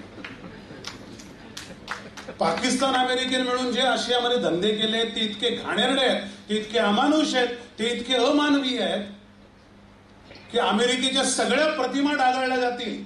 त्यांच्या राष्ट्राध्यक्षांचे मोठमोठे इतिहास, मोठमोठे खंड, प्रेसिडेंट्स ऑफ युनायटेड स्टेट्सचे मोठमोठे निघालेले सगळे जर्नल्स, हे सगळे जाळून टाकतील लोक, इतके घाणेरडे उद्योग केलेले. आता त्याला सांभाळावंच लागेल त्या नोकराला, त्याची लिमिट त्यांना माहिती आहे. आणि तिथे जो हल्ला झाला त्याच्यामध्ये तिथे ठेवलेल्या वॉरहेड्स, न्यूक्लिअर वॉरहेड्स मधून लिकेज झालं असं कळण्याकरता किंवा असं वाटावं याचं कारण अमेरिकेच्या डिपार्टमेंट ऑफ एनर्जीचं एक विमान आहे जे लिकेजची तपासणी करतं. ते तिथे लँड झालं आणि 16 छोटी छोटी बाकीची विमानं लँड झाली आणि एका विमानातून इजिप्तमधनं त्यांनी बोरान पावडर आणली, एक विमान भरून, जी रेडिएशनच्या ठिकाणी वापरतात. आता बोरान पावडर कशाला आणली हा प्रश्नाचं उत्तर मिळत नाही. ते एनर्जी प्लेन, डिपार्टमेंट ऑफ एनर्जीचं प्लेन कशाला सर्व्हिलन्सचं उतरलं त्याचं उत्तर मिळत नाही. एवढी विमानं कशाला उतरली त्याचं उत्तर मिळत नाही. अचानक पाकिस्तानने मोठा गाळा का काढला, अचानक अमेरिकेला खडबडून जाग का आली, त्या सावकार नोकराची ती क्रुशियल वेळ आली होती. बस अजून एकदा काही कराल म्हणजे आम्ही इथे बसून तुमच्या न्यूक्लिअर साठ्यापर्यंत पोहोचू शकतो. हा मेसेज अमेरिकेला होता. PL-25 PL-50 पाडू शकतो, हा मेसेज चीनला होता, लक्षात घ्या. ते एका कवीचं होतं ना की तो एका कविता म्हणत होता, ते एक माणूस आला आणि तो बंदूक घेऊन स्टेजवर आला, तो तत पप करायला लागला. तो म्हणजे तुम्ही गा, तुम्हाला बोललो कोणी त्याला शोधतोय. तसे बोलवते धनी कोण आहेत, हे 2 बोलवते धन्यांना तो मेसेज यावेळेला मिळाला आहे, लक्षात घ्या. आणि तो स्वच्छ मिळालाय. आज पाश्चिमात्य मीडिया पाकिस्तानने जे काय परेड लावली आहे ती दाखवतो आणि भारताने हे केलंय दाखवत नाही, कारण त्यांना स्ट्रिक्ट इन्स्ट्रक्शन आहेत की त्याचं जास्त खोदाई करू नका. तो एकच टीम कुपर निघाला जो बोलला ना, अजून एक सायंटिस्ट आहे तो बोललाय. त्यांचं काय दिवसाने काय होतं बघा. अध्यक्ष मारून टाकणारा देश आहे अमेरिका. हे कोण लोक आले वार्ताहर करतात, अॅनालिस्ट किरकोळ आहेत. केनेडी मारून टाकलाय त्यांनी, अब्राहम लिंकन मारून टाकलाय, विरुद्ध जाणारे अनेक त्या जॅक्सनवर हल्ले झाले आहेत. त्यामुळे त्यांना हा मेसेज क्लिअर गेला आणि मग नंतर ट्रम्पने घाईघाईने जाहीर केलं. याच्याबद्दल आपल्याच लोकांना फार वाईट वाटतंय. अहो ट्रम्पने जाहीर केलं म्हणजे काय, ट्रम्पची क्रेडिबिलिटी काय, आणि आपण का नाही, अरे आपण का जाहीर करू. आपल्या न्यूक्लिअर बद्दल जो प्रश्न विचारला गेला आपल्या त्या विदेशी मंत्र्याच्या त्या प्रवक्त्याला, त्यांनी काय सांगितलं, that Pakistan should tell you, we don't know about anything. जो मारलाय तो कशाला गावात फिरेल नाचत मी मारलं म्हणून. पोरकटपण आहे ना, काही दर्जा असतो. आपण आपली लेवल नाही सोडलेली, लक्षात घ्या. बरं तुम्हाला जर त्या बातम्यातून कळत नसेल की लिकेज झालं, विमान उतरलं, तुमचं शिक्षण वाढवायला पाहिजे. म्हणजे आपलं सरकारला तुम्ही जाहीर का करत नाही, तुम्ही बोलल्यावर आम्हाला कळतं, इतके आपण बिंडो आहोत का, आपला अभ्यास नाही का काही. आपण आपला अभ्यास केला पाहिजे, आपल्याला कळतं हे काय झालंय, का बरं हादरलेत सगळे. भारताला तो पहिला फोन आला, त्याच्यात त्यांना सांगितलं होतं, तर भारताने सांगितलं let the DGMO decide. their DGMO, Director General of Medical Operations, Military Operation, should talk to our DGMO. That is the official communication channel. We don't worry about what to talk. ट्रम्पला तर कळलंच असणार की हे लांबणला होती, पण भारताची bureaucracy भयंकर ठीक आहे आजगरासारखी, त्यात सापडलं तर कोणीच बाहेर येणार नाही. त्याने घाईघाईने जाहीर करायचं कारण ते एक असू शकतं. आणि आपण त्या DGMOने फोन केला. आता त्याच्या आधीची एक तुम्हाला गोष्ट सांगतो. 10 मेचे संध्याकाळी 3:30 वाजेची तुम्ही वाचली असेल करायची. JD व्हॅन्स नावाच्या उपाध्यक्षांचा मोदींना फोन आला आणि त्यांनी सांगितलं की पाकिस्तान फतेहच्या आधीची गोष्ट आहे, तो काहीतरी ऑल आउट मिसाईल अटॅक करण्याची प्रिपरेशन करतोय अशी आमची इन्फॉर्मेशन आहे. We should be proud of our prime minister. अहो हे खरंच युद्ध चालू आहे, हा पिक्चर नाही बघत आहे आपण. त्या माणसाने काय उत्तर दिलं? तर म्हणलं if they hit us we will hit back harder, so better tell them to take care not us. आणि त्यांनी जे बोललं ते करून दाखवलं. हे करून दाखवलं ना आपल्याकडे बोर्ड लावत, त्याला काय म्हणत नाही, हे करून दाखवलंय. If they hit us will hit back very harder, so it is better you tell them to take care not me, I am not worried. आपल्या सैन्य दलावर, डिफेन्स सिस्टीमवर, हवाई दलावर, नौदलावर आणि मिलिटरी इंटेलिजन्सवर इतका प्रचंड श्रद्धा आणि विश्वास असणारा हा पहिला पंतप्रधान. स्वतः बसतो तिथे, फाईलवर सह्या नाही करत. ते जे निंबोरकर सर आहेत, जे बालाघाटचं त्यांनी केलं, त्यांच्या एकदा तुम्ही कधी गप्पा मारताना त्यांना बोलवा, ऐकलं तर तुम्हाला सांगतील. ते 2:45 वाजता मोदींनी त्यांच्याशी बोलणं केलंय. ते घडलं तेव्हा हे फील्डवर आहेत, मोदी ऑफिसमध्ये बसले. एखादा नगरसेवक दाखवा मला एवढी काळजी असणार आहे. काय कोण कोणाबद्दल बोलतं, काही दर्जा आहे की नाही? आपल्याला जी गोष्ट चांगली त्याचा अभिमानच वाटला पाहिजे. असा लीडर असणं हे काय भाग्याचं लक्षण नाही. अजित डोभाल आहेत तिथे. या सगळ्या लोकांनी जो प्लॅन आखला असेल, त्याला करता वेळ घेतला, तो त्यांनी 100% पूर्ण केला. आणि मग चीन जागा झाला. मग चीन असं म्हणलं, अरे तुम्ही तर आम्हाला विचारतच नाही, आमच्या जीवावर तुम्ही पोचले गेलेत. आता या चीनचं अजून एक दुखणं आहे. जे पण पाकिस्तानचा इंटरनल प्रॉब्लेम ते म्हणजे CEPC, चायना पाक इकॉनॉमिक कॅरिडॉर, ज्यात चीनची $60 बिलियन इन्व्हेस्टमेंट आहे. काय कॅरिडॉर आहे तो? असा भारत आहे. मी नेहमी हे सांगतो, ज्यांना रिपीट आहे त्यांनी माफ करा. इथे मध्य पूर्व आहे, इथे चीन आहे, हा भारत आहे एक्झॅक्ट शेपचा. हा हिंदी महासागर आहे. सगळी वाहतूक इथून होते. चीनची तेलाची वाहतूक इथून होते. मलाकाची सामुद्रधुनी आहे, तिथून ते जहाजं जातात. आणि खाली दियोगो गार्सियो इथे अमेरिकेचा लष्करी तळ आहे. इथून ते वर जपानपर्यंत, म्हणजे फिलिपाईन्स, कंबोडिया, लाओस, बिओस, सगळे हे जे मधले राष्ट्र आहेत, व्हिएतनाम, ईस्ट तिमोर, तिथे 27 अमेरिकेचे वॉच लष्करी तळ आहेत, जे या वाहतुकीवर लक्ष ठेवतात चीनचे. आपणही लक्ष ठेवतो, आपलं फार लक्ष आहे, आपली फार मोठी ताकद आहे. हिंदी महासागर ही आपली फार मोठी स्ट्रेंथ आहे. त्यामुळे चीनला इथून, त्यांच्या चीनमधून तिथे जाणं, त्याच्याकरता ग्वादार बंदर आणि तो CEPC कॅरिडॉर हवा आहे. त्यांनी तो बांधायला घेतला. $60 बिलियन पाकिस्तानला दिले, त्यांचे आणखीन काही रस्ते बांधून दिले. आणि तो जातो ते बलुचिस्तानमध्ये. त्याच्यावर इतके हल्ले झाले, त्याच्यावर आत्तापर्यंत म्हणजे वेगवेगळ्या वर्ल्ड अफेअर्स किंवा अशा ठिकाणी किंवा जे ॲक्सिडेंट नोंदी करतात अशा साईटवरून काढलं तर माझा काढलेला आकडा 139 हल्ल्यांचा आहे. ते काम सुरू केलं. मग ते रेल्वे लाईन उडवून टाकतात, ते बॉम्बस्फोट करतात. चीनी इंजिनियर मारून टाकले त्यांनी 62. सैन्य तर किती मारलं पाकिस्तानचं. त्यामुळे चीन एका अशा, हे घडण्याआधी चीन अशा टोकाला होता की आता तुम्ही आम्ही फौज तिथे पाठवतो.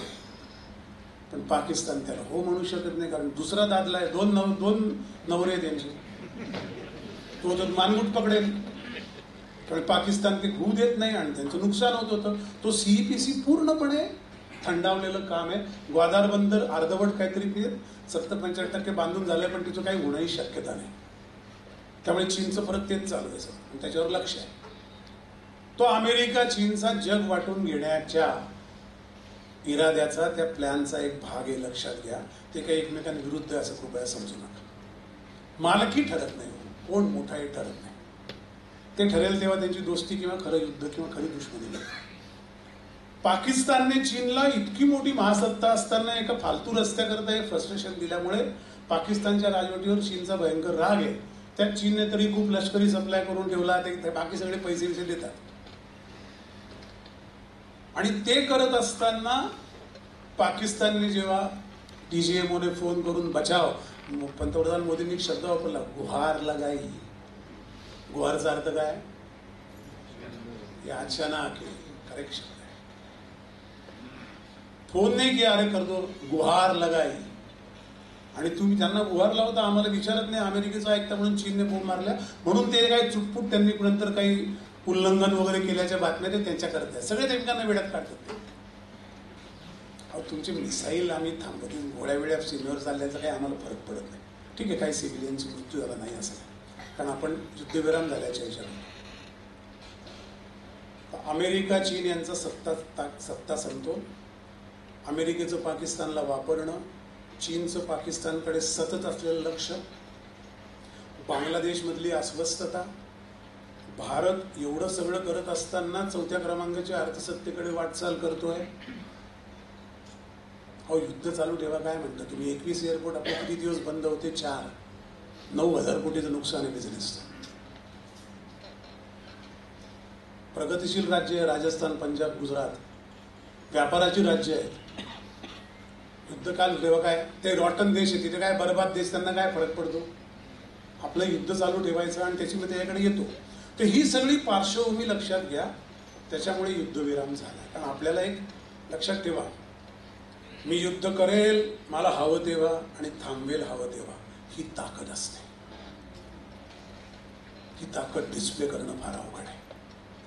अमेरिकेच्या हातून व्हिएतनामचं युद्ध कधी साठलं त्यांना कळलंही नाही. नंतर ते उगीच सैनिक रोज मेलेले सैनिक मोजत राहिले 12 वर्ष. युद्ध थांबवणं सोपं नाही. आणि गंमत बघा कसा पट लागतो युद्धविरामाच्या आधी. आपलं युद्ध सुरू झालं, आपण पहिल्यांदा अटॅक केले, त्यांचे दहशतवादी कॅम्प मोडून काढले. सगळ्या पेपरच्या हेडलाईन बघा, न्यूयॉर्क टाइम पासून, वॉशिंग्टन पोस्ट पासून, अल जझीरा बघा, सगळे चॅनल आहे का, ऑस्ट्रेलियन ABC न्यूज सगळं बघा, हे मर्डोक यांचे सगळे चॅनल बघा. प्रत्येक ठिकाणचं काय सगळ्यांचं म्हणणं आहे, great, India should go all out for the war. या निमित्ताने भारत युद्धात अडकला, आर्थिक परिस्थिती घसरली, तर मला हवीच आहे. परस्पर काट्यान काटा निघतो ना. दोघांच्या भांडणात तिसऱ्याचा लाभ, असं धंदा आहे. मला तुम्हाला पेटवायला मारा, हो, सोडू नका, मारा, तुम्हाला काहीच करायचं नाही. तुम्हाला तुमच्या घरी बसायचं, सल्ले घ्यायचे. ज्या पंतप्रधानावर हे प्रेशर आहे की युद्ध चालू ठेवा, सगळे मदत करा, सौदी अरेबिया म्हणतो, कतार म्हणतो, कतार सारखा घातक देश नाही, दुश्मन देश नाही, तो म्हणतो की नाही शेवटपर्यंत न्या. कारण त्यांना माहिती आहे पाकिस्तान करता अमेरिका उतरेल, आणि चीनला माहिती आहे या निमित्ताने युद्धाचा flash point South China sea वरून पाकिस्तानकडे येतो, आणि त्यात भारताचं नुकसान आहे आणि चीन सेफ राहतो. भारत जर खच्ची झाला तर चीनला हवाच आहे, कारण मोठी ताकद आहे. त्यामुळे युद्ध करा, सोडू नका, सोडू नका. त्यांना थांबल्याचा एवढा शॉक बसला ना, तेवढा जगात कोणालाही बसला नसेल. अरे थांबलं, जायला आपण सगळ्यांना तयार करत होतो, पेटवत होतो, आरडाओरडा करून गल्ली गोळा केली होती, एकदम अचानकच गप्पा मारायला लागले, दोघं भांडण किंवा शांत बसले, काहीच नाही आमचं युद्ध. हा पेच आहे ना, हा ज्याला सपोर्ट आहे जगाचा, त्याला त्या धारेवर चालतो, तो दोरीवर चालत होते आपले पंतप्रधान किंवा आपले सगळे नेतृत्व, सैन्याचं, लष्करी आणि निमलष्करी सगळंच ते चालत होतं. त्यांनी तेव्हा सांगितलं थांबूया, आपण करायचं ते केलंय, मेसेज द्यायचा तो गेला, आता युद्ध काही करण्यात मजा नाही, आपलं नुकसान जास्त आहे, त्यांना काय नुकसान होणार आहे. बरं, IMFचं बेलआउट पॅकेज दिलं, तेव्हा अट घातली वगैरे, या सगळ्या भाकड कथा आहेत. पॅकेज दिलं कारण पाकिस्तानने मोठा गाळा काढला, पण काहीच करू शकणार नाही आम्ही प्रोटेक्शन वगैरे तुमचं कुठलंच न्यूक्लिअर आम्ही सांभाळू शकणार नाही, पैसेच नाही आमच्याकडे. बरं, सिंधूचं पाणी बंद केलं. मला नेहमी एक प्रश्न विचारावा असं वाटतं, इतकी युद्ध झाली, इतकी युद्ध आपण जिंकली, आपण कधीतरी हा सिंधू करार त्याचं 20% पाणी भारताला, 80% पाकिस्तानला. धरण बांधलं तर पाकिस्तानची परवानगी घ्यायला लागते, पाणी थांबायचं तर परवानगी घ्यायला लागते, पाणी सोडायचं तर परवानगी घ्यायला लागते. असा करार आपण 70 वर्ष का ठेवलाय? तुम्ही 3 युद्ध जिंकल्यावर तुम्ही सांगायला पाहिजे सिंधू करार रद्द, चिनाब झेलम सिंधूचं पाणी देणार नाही. फाळणी झाली तेव्हा तर नीट काढून बघा, ज्यांना थोडा अभ्यास आहे त्यांनी. 27 धरणं पाकिस्तानात गेले म्हणून भाकरा बांधायला लागलाय आपल्याला. धरणच नाही आपल्याकडे. भाकरा बांधायला का बांधलं याचं कारण आहे. काय नेहरूंचं सरसकट मी त्यांच्याबद्दल कधी वाईट बोलत नाही. ते मुळातच 30-35 कोटी म्हणजे अतिशय दारिद्र्य असलेल्या देशाचे पंतप्रधान होते. त्यांना एवढं सोपं नव्हतं गणित. त्यांनी जे चुका केल्या त्या पण मी मोकळेपणाने सांगेल, पण त्यांची अपरिहार्यता पण लक्षात घेतली पाहिजे. कारण पंतप्रधान कॉन्टेक्स्ट मध्ये बघितलं पाहिजे, संदर्भाच्या चौकटी. धान्य नाही, ते अण्णासाहेब शिंदेच ना आपले, ज्यांनी मुळात ते गहू विभागाचं कोठार केलं, ते मेक्सिकोकडून PL 170 गहू आणून किंवा अनेक कृषीच्या योजना करून. आपल्याकडे धान्य नाही, अन्न नाही. शास्त्रींनी सांगितलं होतं ना, शास्त्रींपर्यंत चाललंय ना ते, की एक दिवस एक वेळ जेवू नका. असा देश त्यांच्या कॉन्टेक्स्ट मध्ये प्रत्येकाकडे पाहिलं पाहिजे. पण तुम्ही हे का नाही थांबवू शकलात? नेहरू समजू शकतो मी, शास्त्री समजू शकतो, कारण त्या बिचाऱ्यांना वेळच नाही मिळाला. 71 नंतर का नाही थांबवलं सिंधू? का तो करारावर क्वेश्चन मार्क तर करा, विचारा तर खरी की आता आम्ही बंद करू सिंधू. पाणी और खून एक साथ नहीं बहेगा है, तेव्हा का नाही बोललं कोणी? पाणी भी हमारा बहेगा, खून भी हमारा बहेगा, हे थोडी चालेल. हे कोणतरी बोलायची हिंमत दाखवायला हवी होती. काय चूक होतं ते अपेक्षा करणं? ते आता आपण केलं. तुम्ही नीट त्याचं लक्षात घ्या काय काय करत गेले. व्हिसा, ट्रेड, त्या ट्रेड थांबल्यानंतरचे उभे राहिलेले ट्रकचं दृश्य कोणी टीव्हीवर पाहिलं का? किती ट्रक होते? 6,500. हा माल पाकिस्तानातनं भारतात येत होता आणि त्यांना काहीच मिळालं नाही. ट्रक बॉर्डर उभे आहेत. याला म्हणतात जखमा करणं. परत छत्रपती येतात. काय करायचं हे कळलं पाहिजे आणि त्याची ताकद पाहिजे मानसिक. सिंधू करार थांबवला, त्याचं एक अजूनही तो सोडलेलं नाही. आज सकाळी जयशंकरांचं स्टेटमेंट देऊ, काही त्याचा विषयच येत नाही. डिस्कशन फक्त POK आणि टेरिसवर, सिंधू बिंदूवर डिस्कशन होणार नाही. बघा तिथे हायड्रो पॉवर स्टेशन बांधतोय आपण. धरण बांधलं तर सगळंच पंचायत होऊन जाईल. पाकिस्तानचं यावेळेचं पीकच याची शक्यता नाही, पाणीच नाही. आता मानवतावादी मेणबत्त्या लावून गळे काढतील. अरे पण आमचे किती सैनिक मेले माहिती आहे का? एकदा हिशोब करा. किती सैन्य मेले काश्मीरमध्ये, किती माणसं मेली आहेत, जरा हिशोब करा. ती सामान्य नव्हती का? आत्ता 26 मेले ते पण काय, त्यांचा काय संबंध होता?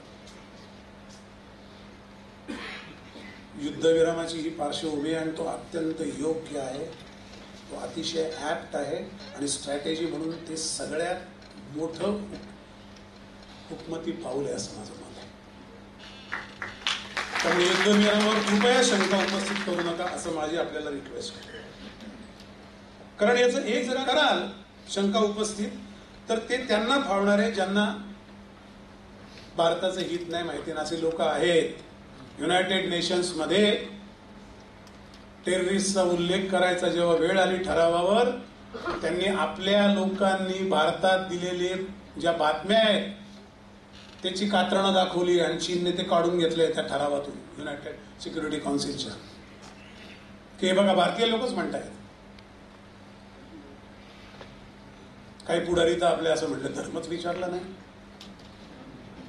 स्वतः कुठेच गेले नाही 4x10 खोली सोडून. सीमेवर काय घडलं त्यांना दिसतं. परमेश्वरानंतरचे अवतार दिसतात मला. काय बोलतो आपण? तुम्ही सैन्याला डिमिनिश करतात असं बोलून.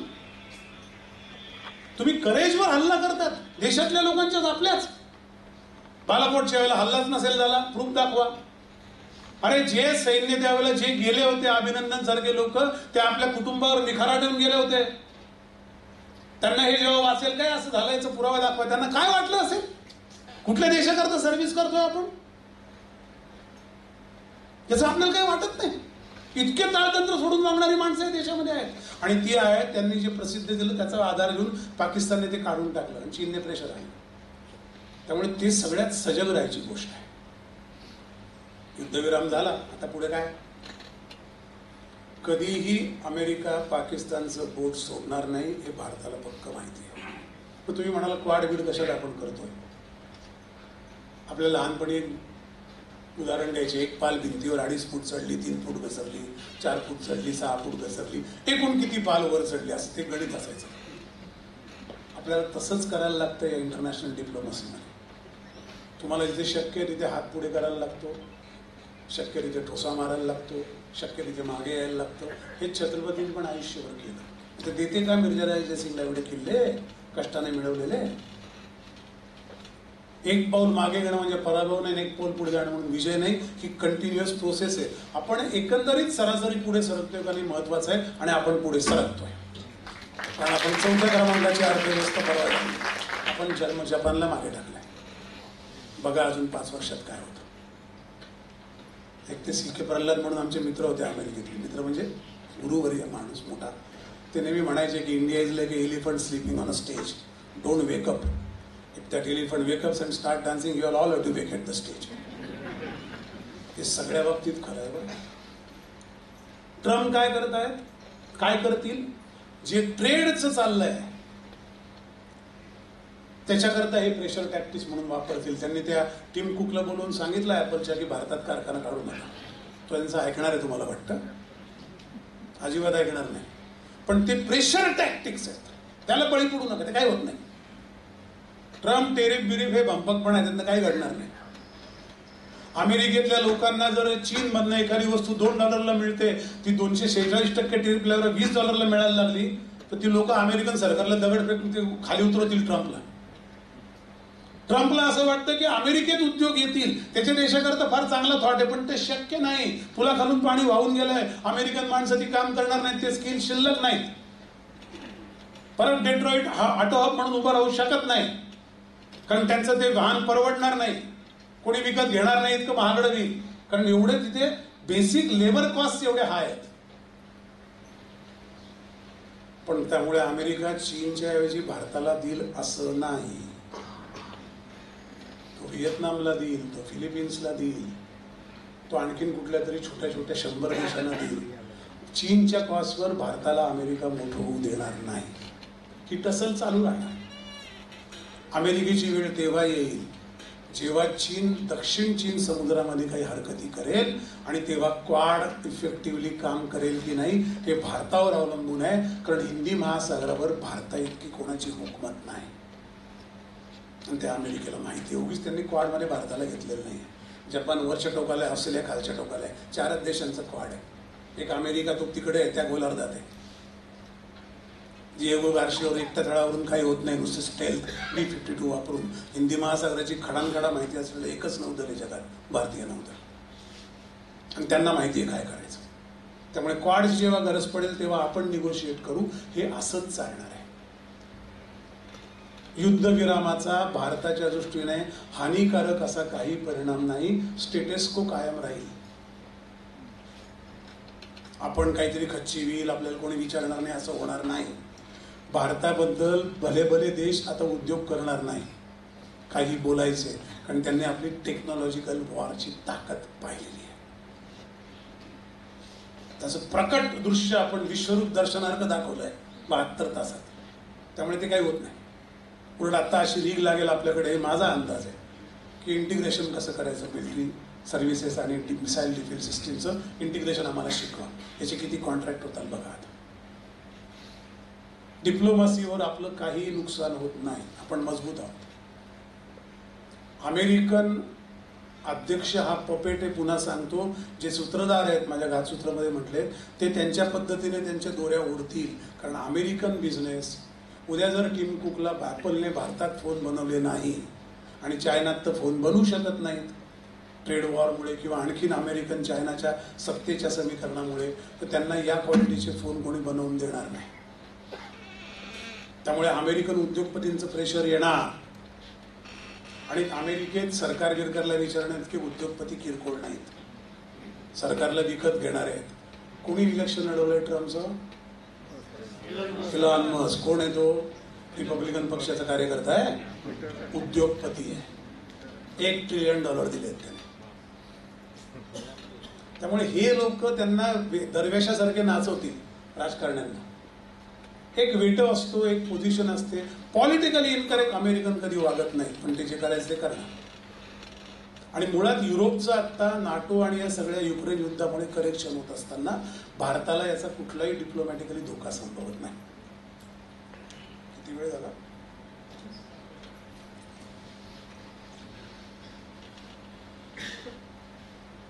मी नेहमी असा विचार करतो की भारताचं काय होईल.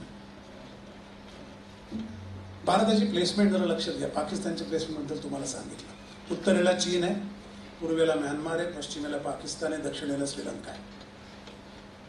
सगळीकडे युद्धखोर परिस्थिती आहे. 12 लाखाचं सैन्य आहे, 2.5 लाखाचे पॅरामिलिटरी फोर्सेस आहेत, त्याच्यात वेगवेगळ्या बटालियन्स आहेत, वेगवेगळे घातक पथक आहेत, रायफल्स आहेत, रायफल ब्रिगेड्स आहेत, असे वेगवेगळ्या प्रकारची 7 स्तरीय रचना आहे सैन्याची, भूदल सैन्याची.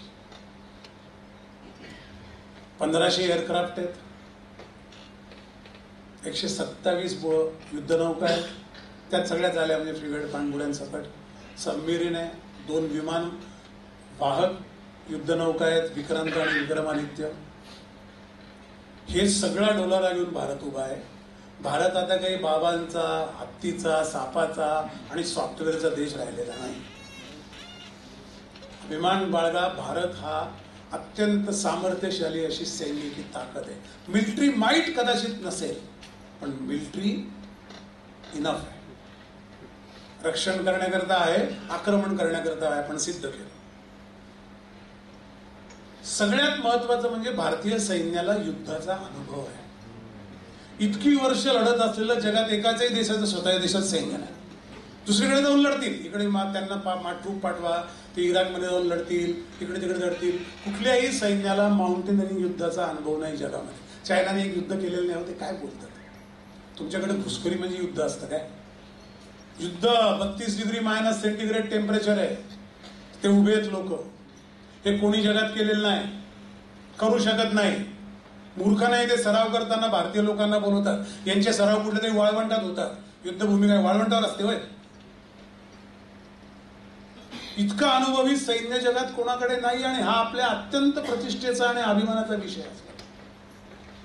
कारण ते लढणार आहे जेव्हा वेळ येईल तेव्हा. 33,000 फुटावरून उतरणारं पॅरामिलिटरी फोर्स आहे, एकाही देशाकडे नाही. जे उतरतात ना पॅराट्रूप कमांडोज, 33,000 फुटावरून उतरले आहेत. हे आपले सराव कसे आहेत? हे सराव पण युद्धाच्या वेळा पण एकाच वेळ चाललंय, प्रॅक्टिस आणि युजिंग, दोन्ही ऍप्लिकेशन आणि प्रॅक्टिस. तिसऱ्या ठिकाणी प्रॅक्टिस, दुसऱ्या ठिकाणी ऍप्लिकेशन असं नाहीये.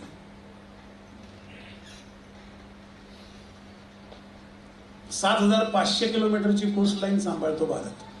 हिंदी महासागरातलं एकही व्हेसल भारताच्या नजरेच्या आड जाऊ शकत नाही, भारताच्या दृष्टीपथाल्याशिवाय जाऊ शकत नाही. म्हणून चीन जेव्हा हंबनटोटामध्ये आपलं एक आरमाराणाची नौका आणून उभी करतो, तेव्हा भारत सरळ चीनला सांगतं की हे उचला.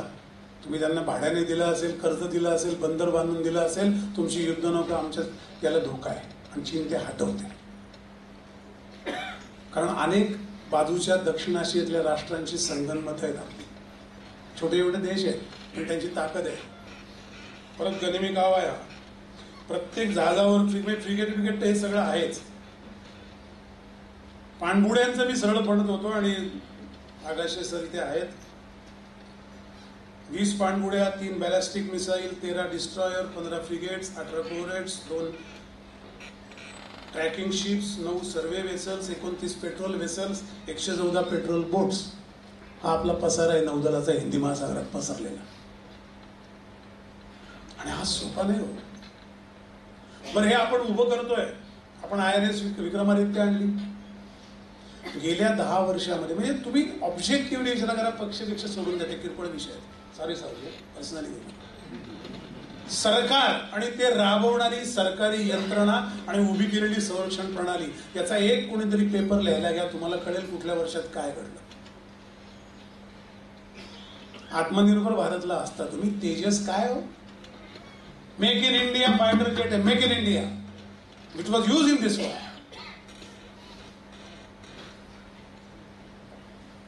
सोपं आहे का हो? 80 कोटी लोकांना धान्य द्यायचं, 14 कोटी कुपोषित लोकांचा देश, अनार्की आहेच, 4-5 हजार पॉलिटिकल पार्ट्या, सतत चालणारी इलेक्शन, नॅरेटिव्ह, एव्हेंजलायझेशन प्लॅन्स, रॅडिकल मुस्लिम ॲक्टिव्हिटी, निवांत झोपलेले हिंदू, बहुसंख्य, करप्शन, इंग्रज मागे सोडून गेलेली एक ब्युरोक्रेसी नावाची घाणेरडी व्यवस्था. हे सगळं करत असताना देशाने संरक्षणाकरता उभं राहणं गंमत आहे का? इतक्या आघाड्यावर लढणारा देश दाखवा मला. पूर्व दिग्गजांची त्यांना भव्य भावी काळ असे गाणारे देश येते चालले. पहिले 2 महायुद्धाच्याच कहाण्या चालल्या आहेत सगळीकडे.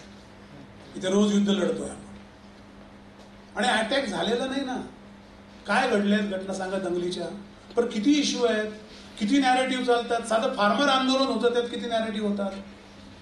त्यात किती लोक घुसतात कॅनडाच्या पैशाने.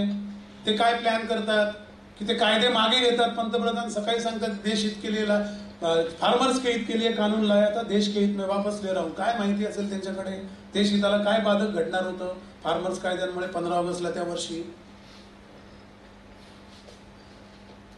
हे सगळं असताना, हे सगळं चालू असताना देश चालवायचा. त्यामुळे आपण निर्धास्तपणे आपल्या लष्करावर विश्वास ठेवा. त्याचा 1% कोणाला अपमान करून देऊ नका बरं का. मी खरंच सांगतो, ते पाप आहे. ते पाप कृपया करू नका. आपण सैन्यात नाही, आपण तिकडे बसलो आरामात. नुसते गाणे म्हणू नका की जब हो रही थी दिवाळी तब खेळ रहे थे होली गेली. ते गाणे बिणे ऐकणं ठीक आहे. प्रत्यक्षात लक्षात ठेवा, सकाळी उठल्यावर देवापाशी दिवा लावताना, संध्याकाळी किंवा सकाळी प्रार्थना म्हणताना, की यांच्यामुळे आपण ते करू शकतो. त्यांचा अपमान होईल असं एक उच्चार कुठे कृपया करू नका. त्यांच्या मनाला किती यातना होत असेल. अहो लग्न झालं ते एका असं 12 वाजता तो 4 वाजता निघाला आहे. काय करायची असते स्वतःचं आयुष्य वळवून टाकायची. तुम्ही त्यांचा अपमान होईल असं बघा. प्लीज होऊ देऊ नका, कोणालाही करू देऊ नका, कोणालाही ती परवानगी देऊ नका. तेवढं केलं तरी आपण त्यांच्या मागे उभे एवढं बळ त्यांना पुरेसं आहे. आम्ही मोटरसायकलवर अनेक वेळा हिमालयात ट्रिपला गेलो, ते सैनिकांशी बोलताना डोळ्यातून पाणी येत असतं. काय कसे उभे असतात. हातात घेऊन जातात अन्य, स्टोव घेऊन जातात, स्टोव पेटवतात. तो स्टोव चालू आहे, त्याच्या चोवर पेटलेल्या स्टोववर अन्न ठेवलं, त्या बर्फाचे ढोकळे होतात, अन्नाचे गोळे होतात, त्याच्यात ते जेवायचं आहे. नोकरी देश वाचवायची आहे ना, काही म्युन्सिपाल्टीची नोकरी नाही घरातल्या घरात फिरायची, गावातल्या गावात. कुठून करेज येत असेल ती किमान ती कायम तर ठेवा. आणि ती कामगिरी ज्या दर्जाची करतायत ते लोक जगातले सगळे थक्क होतात ना. आपल्याला काय दळबद्रीपणा आहे त्यांना शिव्या द्यायचा किंवा त्यांच्यावर शंका घ्यायचा. त्यामुळे या युद्धविरामाने काही नुकसान नाही. तो एक स्ट्रॅटेजिक मूव्ह आहे. त्यात अजून एक गणित सांगतो आणि थांबतो. आपल्या बाजूला एका मोक्याच्या जागी असलेला म्हणजे भूराजकीय मोका, ते राष्ट्रधरी तरी असू द्या, भंगार असू द्या, पण त्यांचं लोकेशन जिओग्राफिकल फार पॉवरफुल आहे. तिथलं जर स्टेट फेल स्टेट झालं तर ते आपल्याला त्रासदायक आहे. आपल्या शेजाऱ्याच्या घरामध्ये घुशी आणि उंदीर झाल्यासारखं आहे. ते आपल्याकडे येणार. बहुसंख्य राष्ट्र आहे मुस्लिमांचं. त्यामुळे ते फेल स्टेट होता कामा नाही. यावेळेला ते एक गणित झालं असणार की जर असं किती मदत दिली अमेरिकेने IMF च्या मालावरून, $1.5 बिलियन, $1.5 अब्ज, 1 अब्ज म्हणजे 9,000 कोटी रुपये. 9 आणि 4.5, 13,500 कोटी रुपयाची मदत IMF दिली. 2 टप्प्यात देतील, ते काही एकदम दिलेलं नाही. चायना 10 बिलियन देऊ शकतो आणि त्याला मांडीवर बसवून देऊ शकतो आपल्या. एकदा चायना पाकिस्तानमध्ये शिरला तर अमेरिकेचं दुकान उठेल. ते पण एक कारण आहे अमेरिकामध्ये पडण्याचं. ते काय ट्रम्प दूरदर्शी वगैरे म्हणून मध्ये नाही पडले, काही विजनरी वगैरे म्हणून. एक सर्वायवल असतं. चायना या निमित्ताने घुसला पाकिस्तानमध्ये, त्याला मदत करायला एअरपोर्ट बांधून देतो, अन्नाची सोय करतो, असे काही मिशाने घुसला मानवतावादी कारण घेऊन, तो बाहेर पडणार नाही. आणि एक जिओग्राफिकल लोकेशन अमेरिकेच्या हातातनं जाईल जे मध्य आशियाला ऍक्सेस देतं आणि आशियाला पण देतं. त्यामुळे ते पण एक कारण आहे. आणि त्यामुळे अमेरिका ते कधी होऊ देणार नाही. कारण लक्षात ठेवा, मी नेहमी सांगतो, रशिया अमेरिकेचा लष्करी प्रतिस्पर्धी होता. चायना अमेरिकेचा धोरणी प्रतिस्पर्धी आहे. चायना अमेरिका वॉर हे स्ट्रॅटेजिक वॉर आहे. अमेरिका रशिया हे कोल्ड वॉर, मिलिटरी वॉर होतं. आणि अगदी खरं सांगायचं तर अमेरिका आणि चीन या दोघांचा स्ट्रॅटेजिक प्रतिस्पर्धी एकच देश आहे, भारत. भारत माता की जय.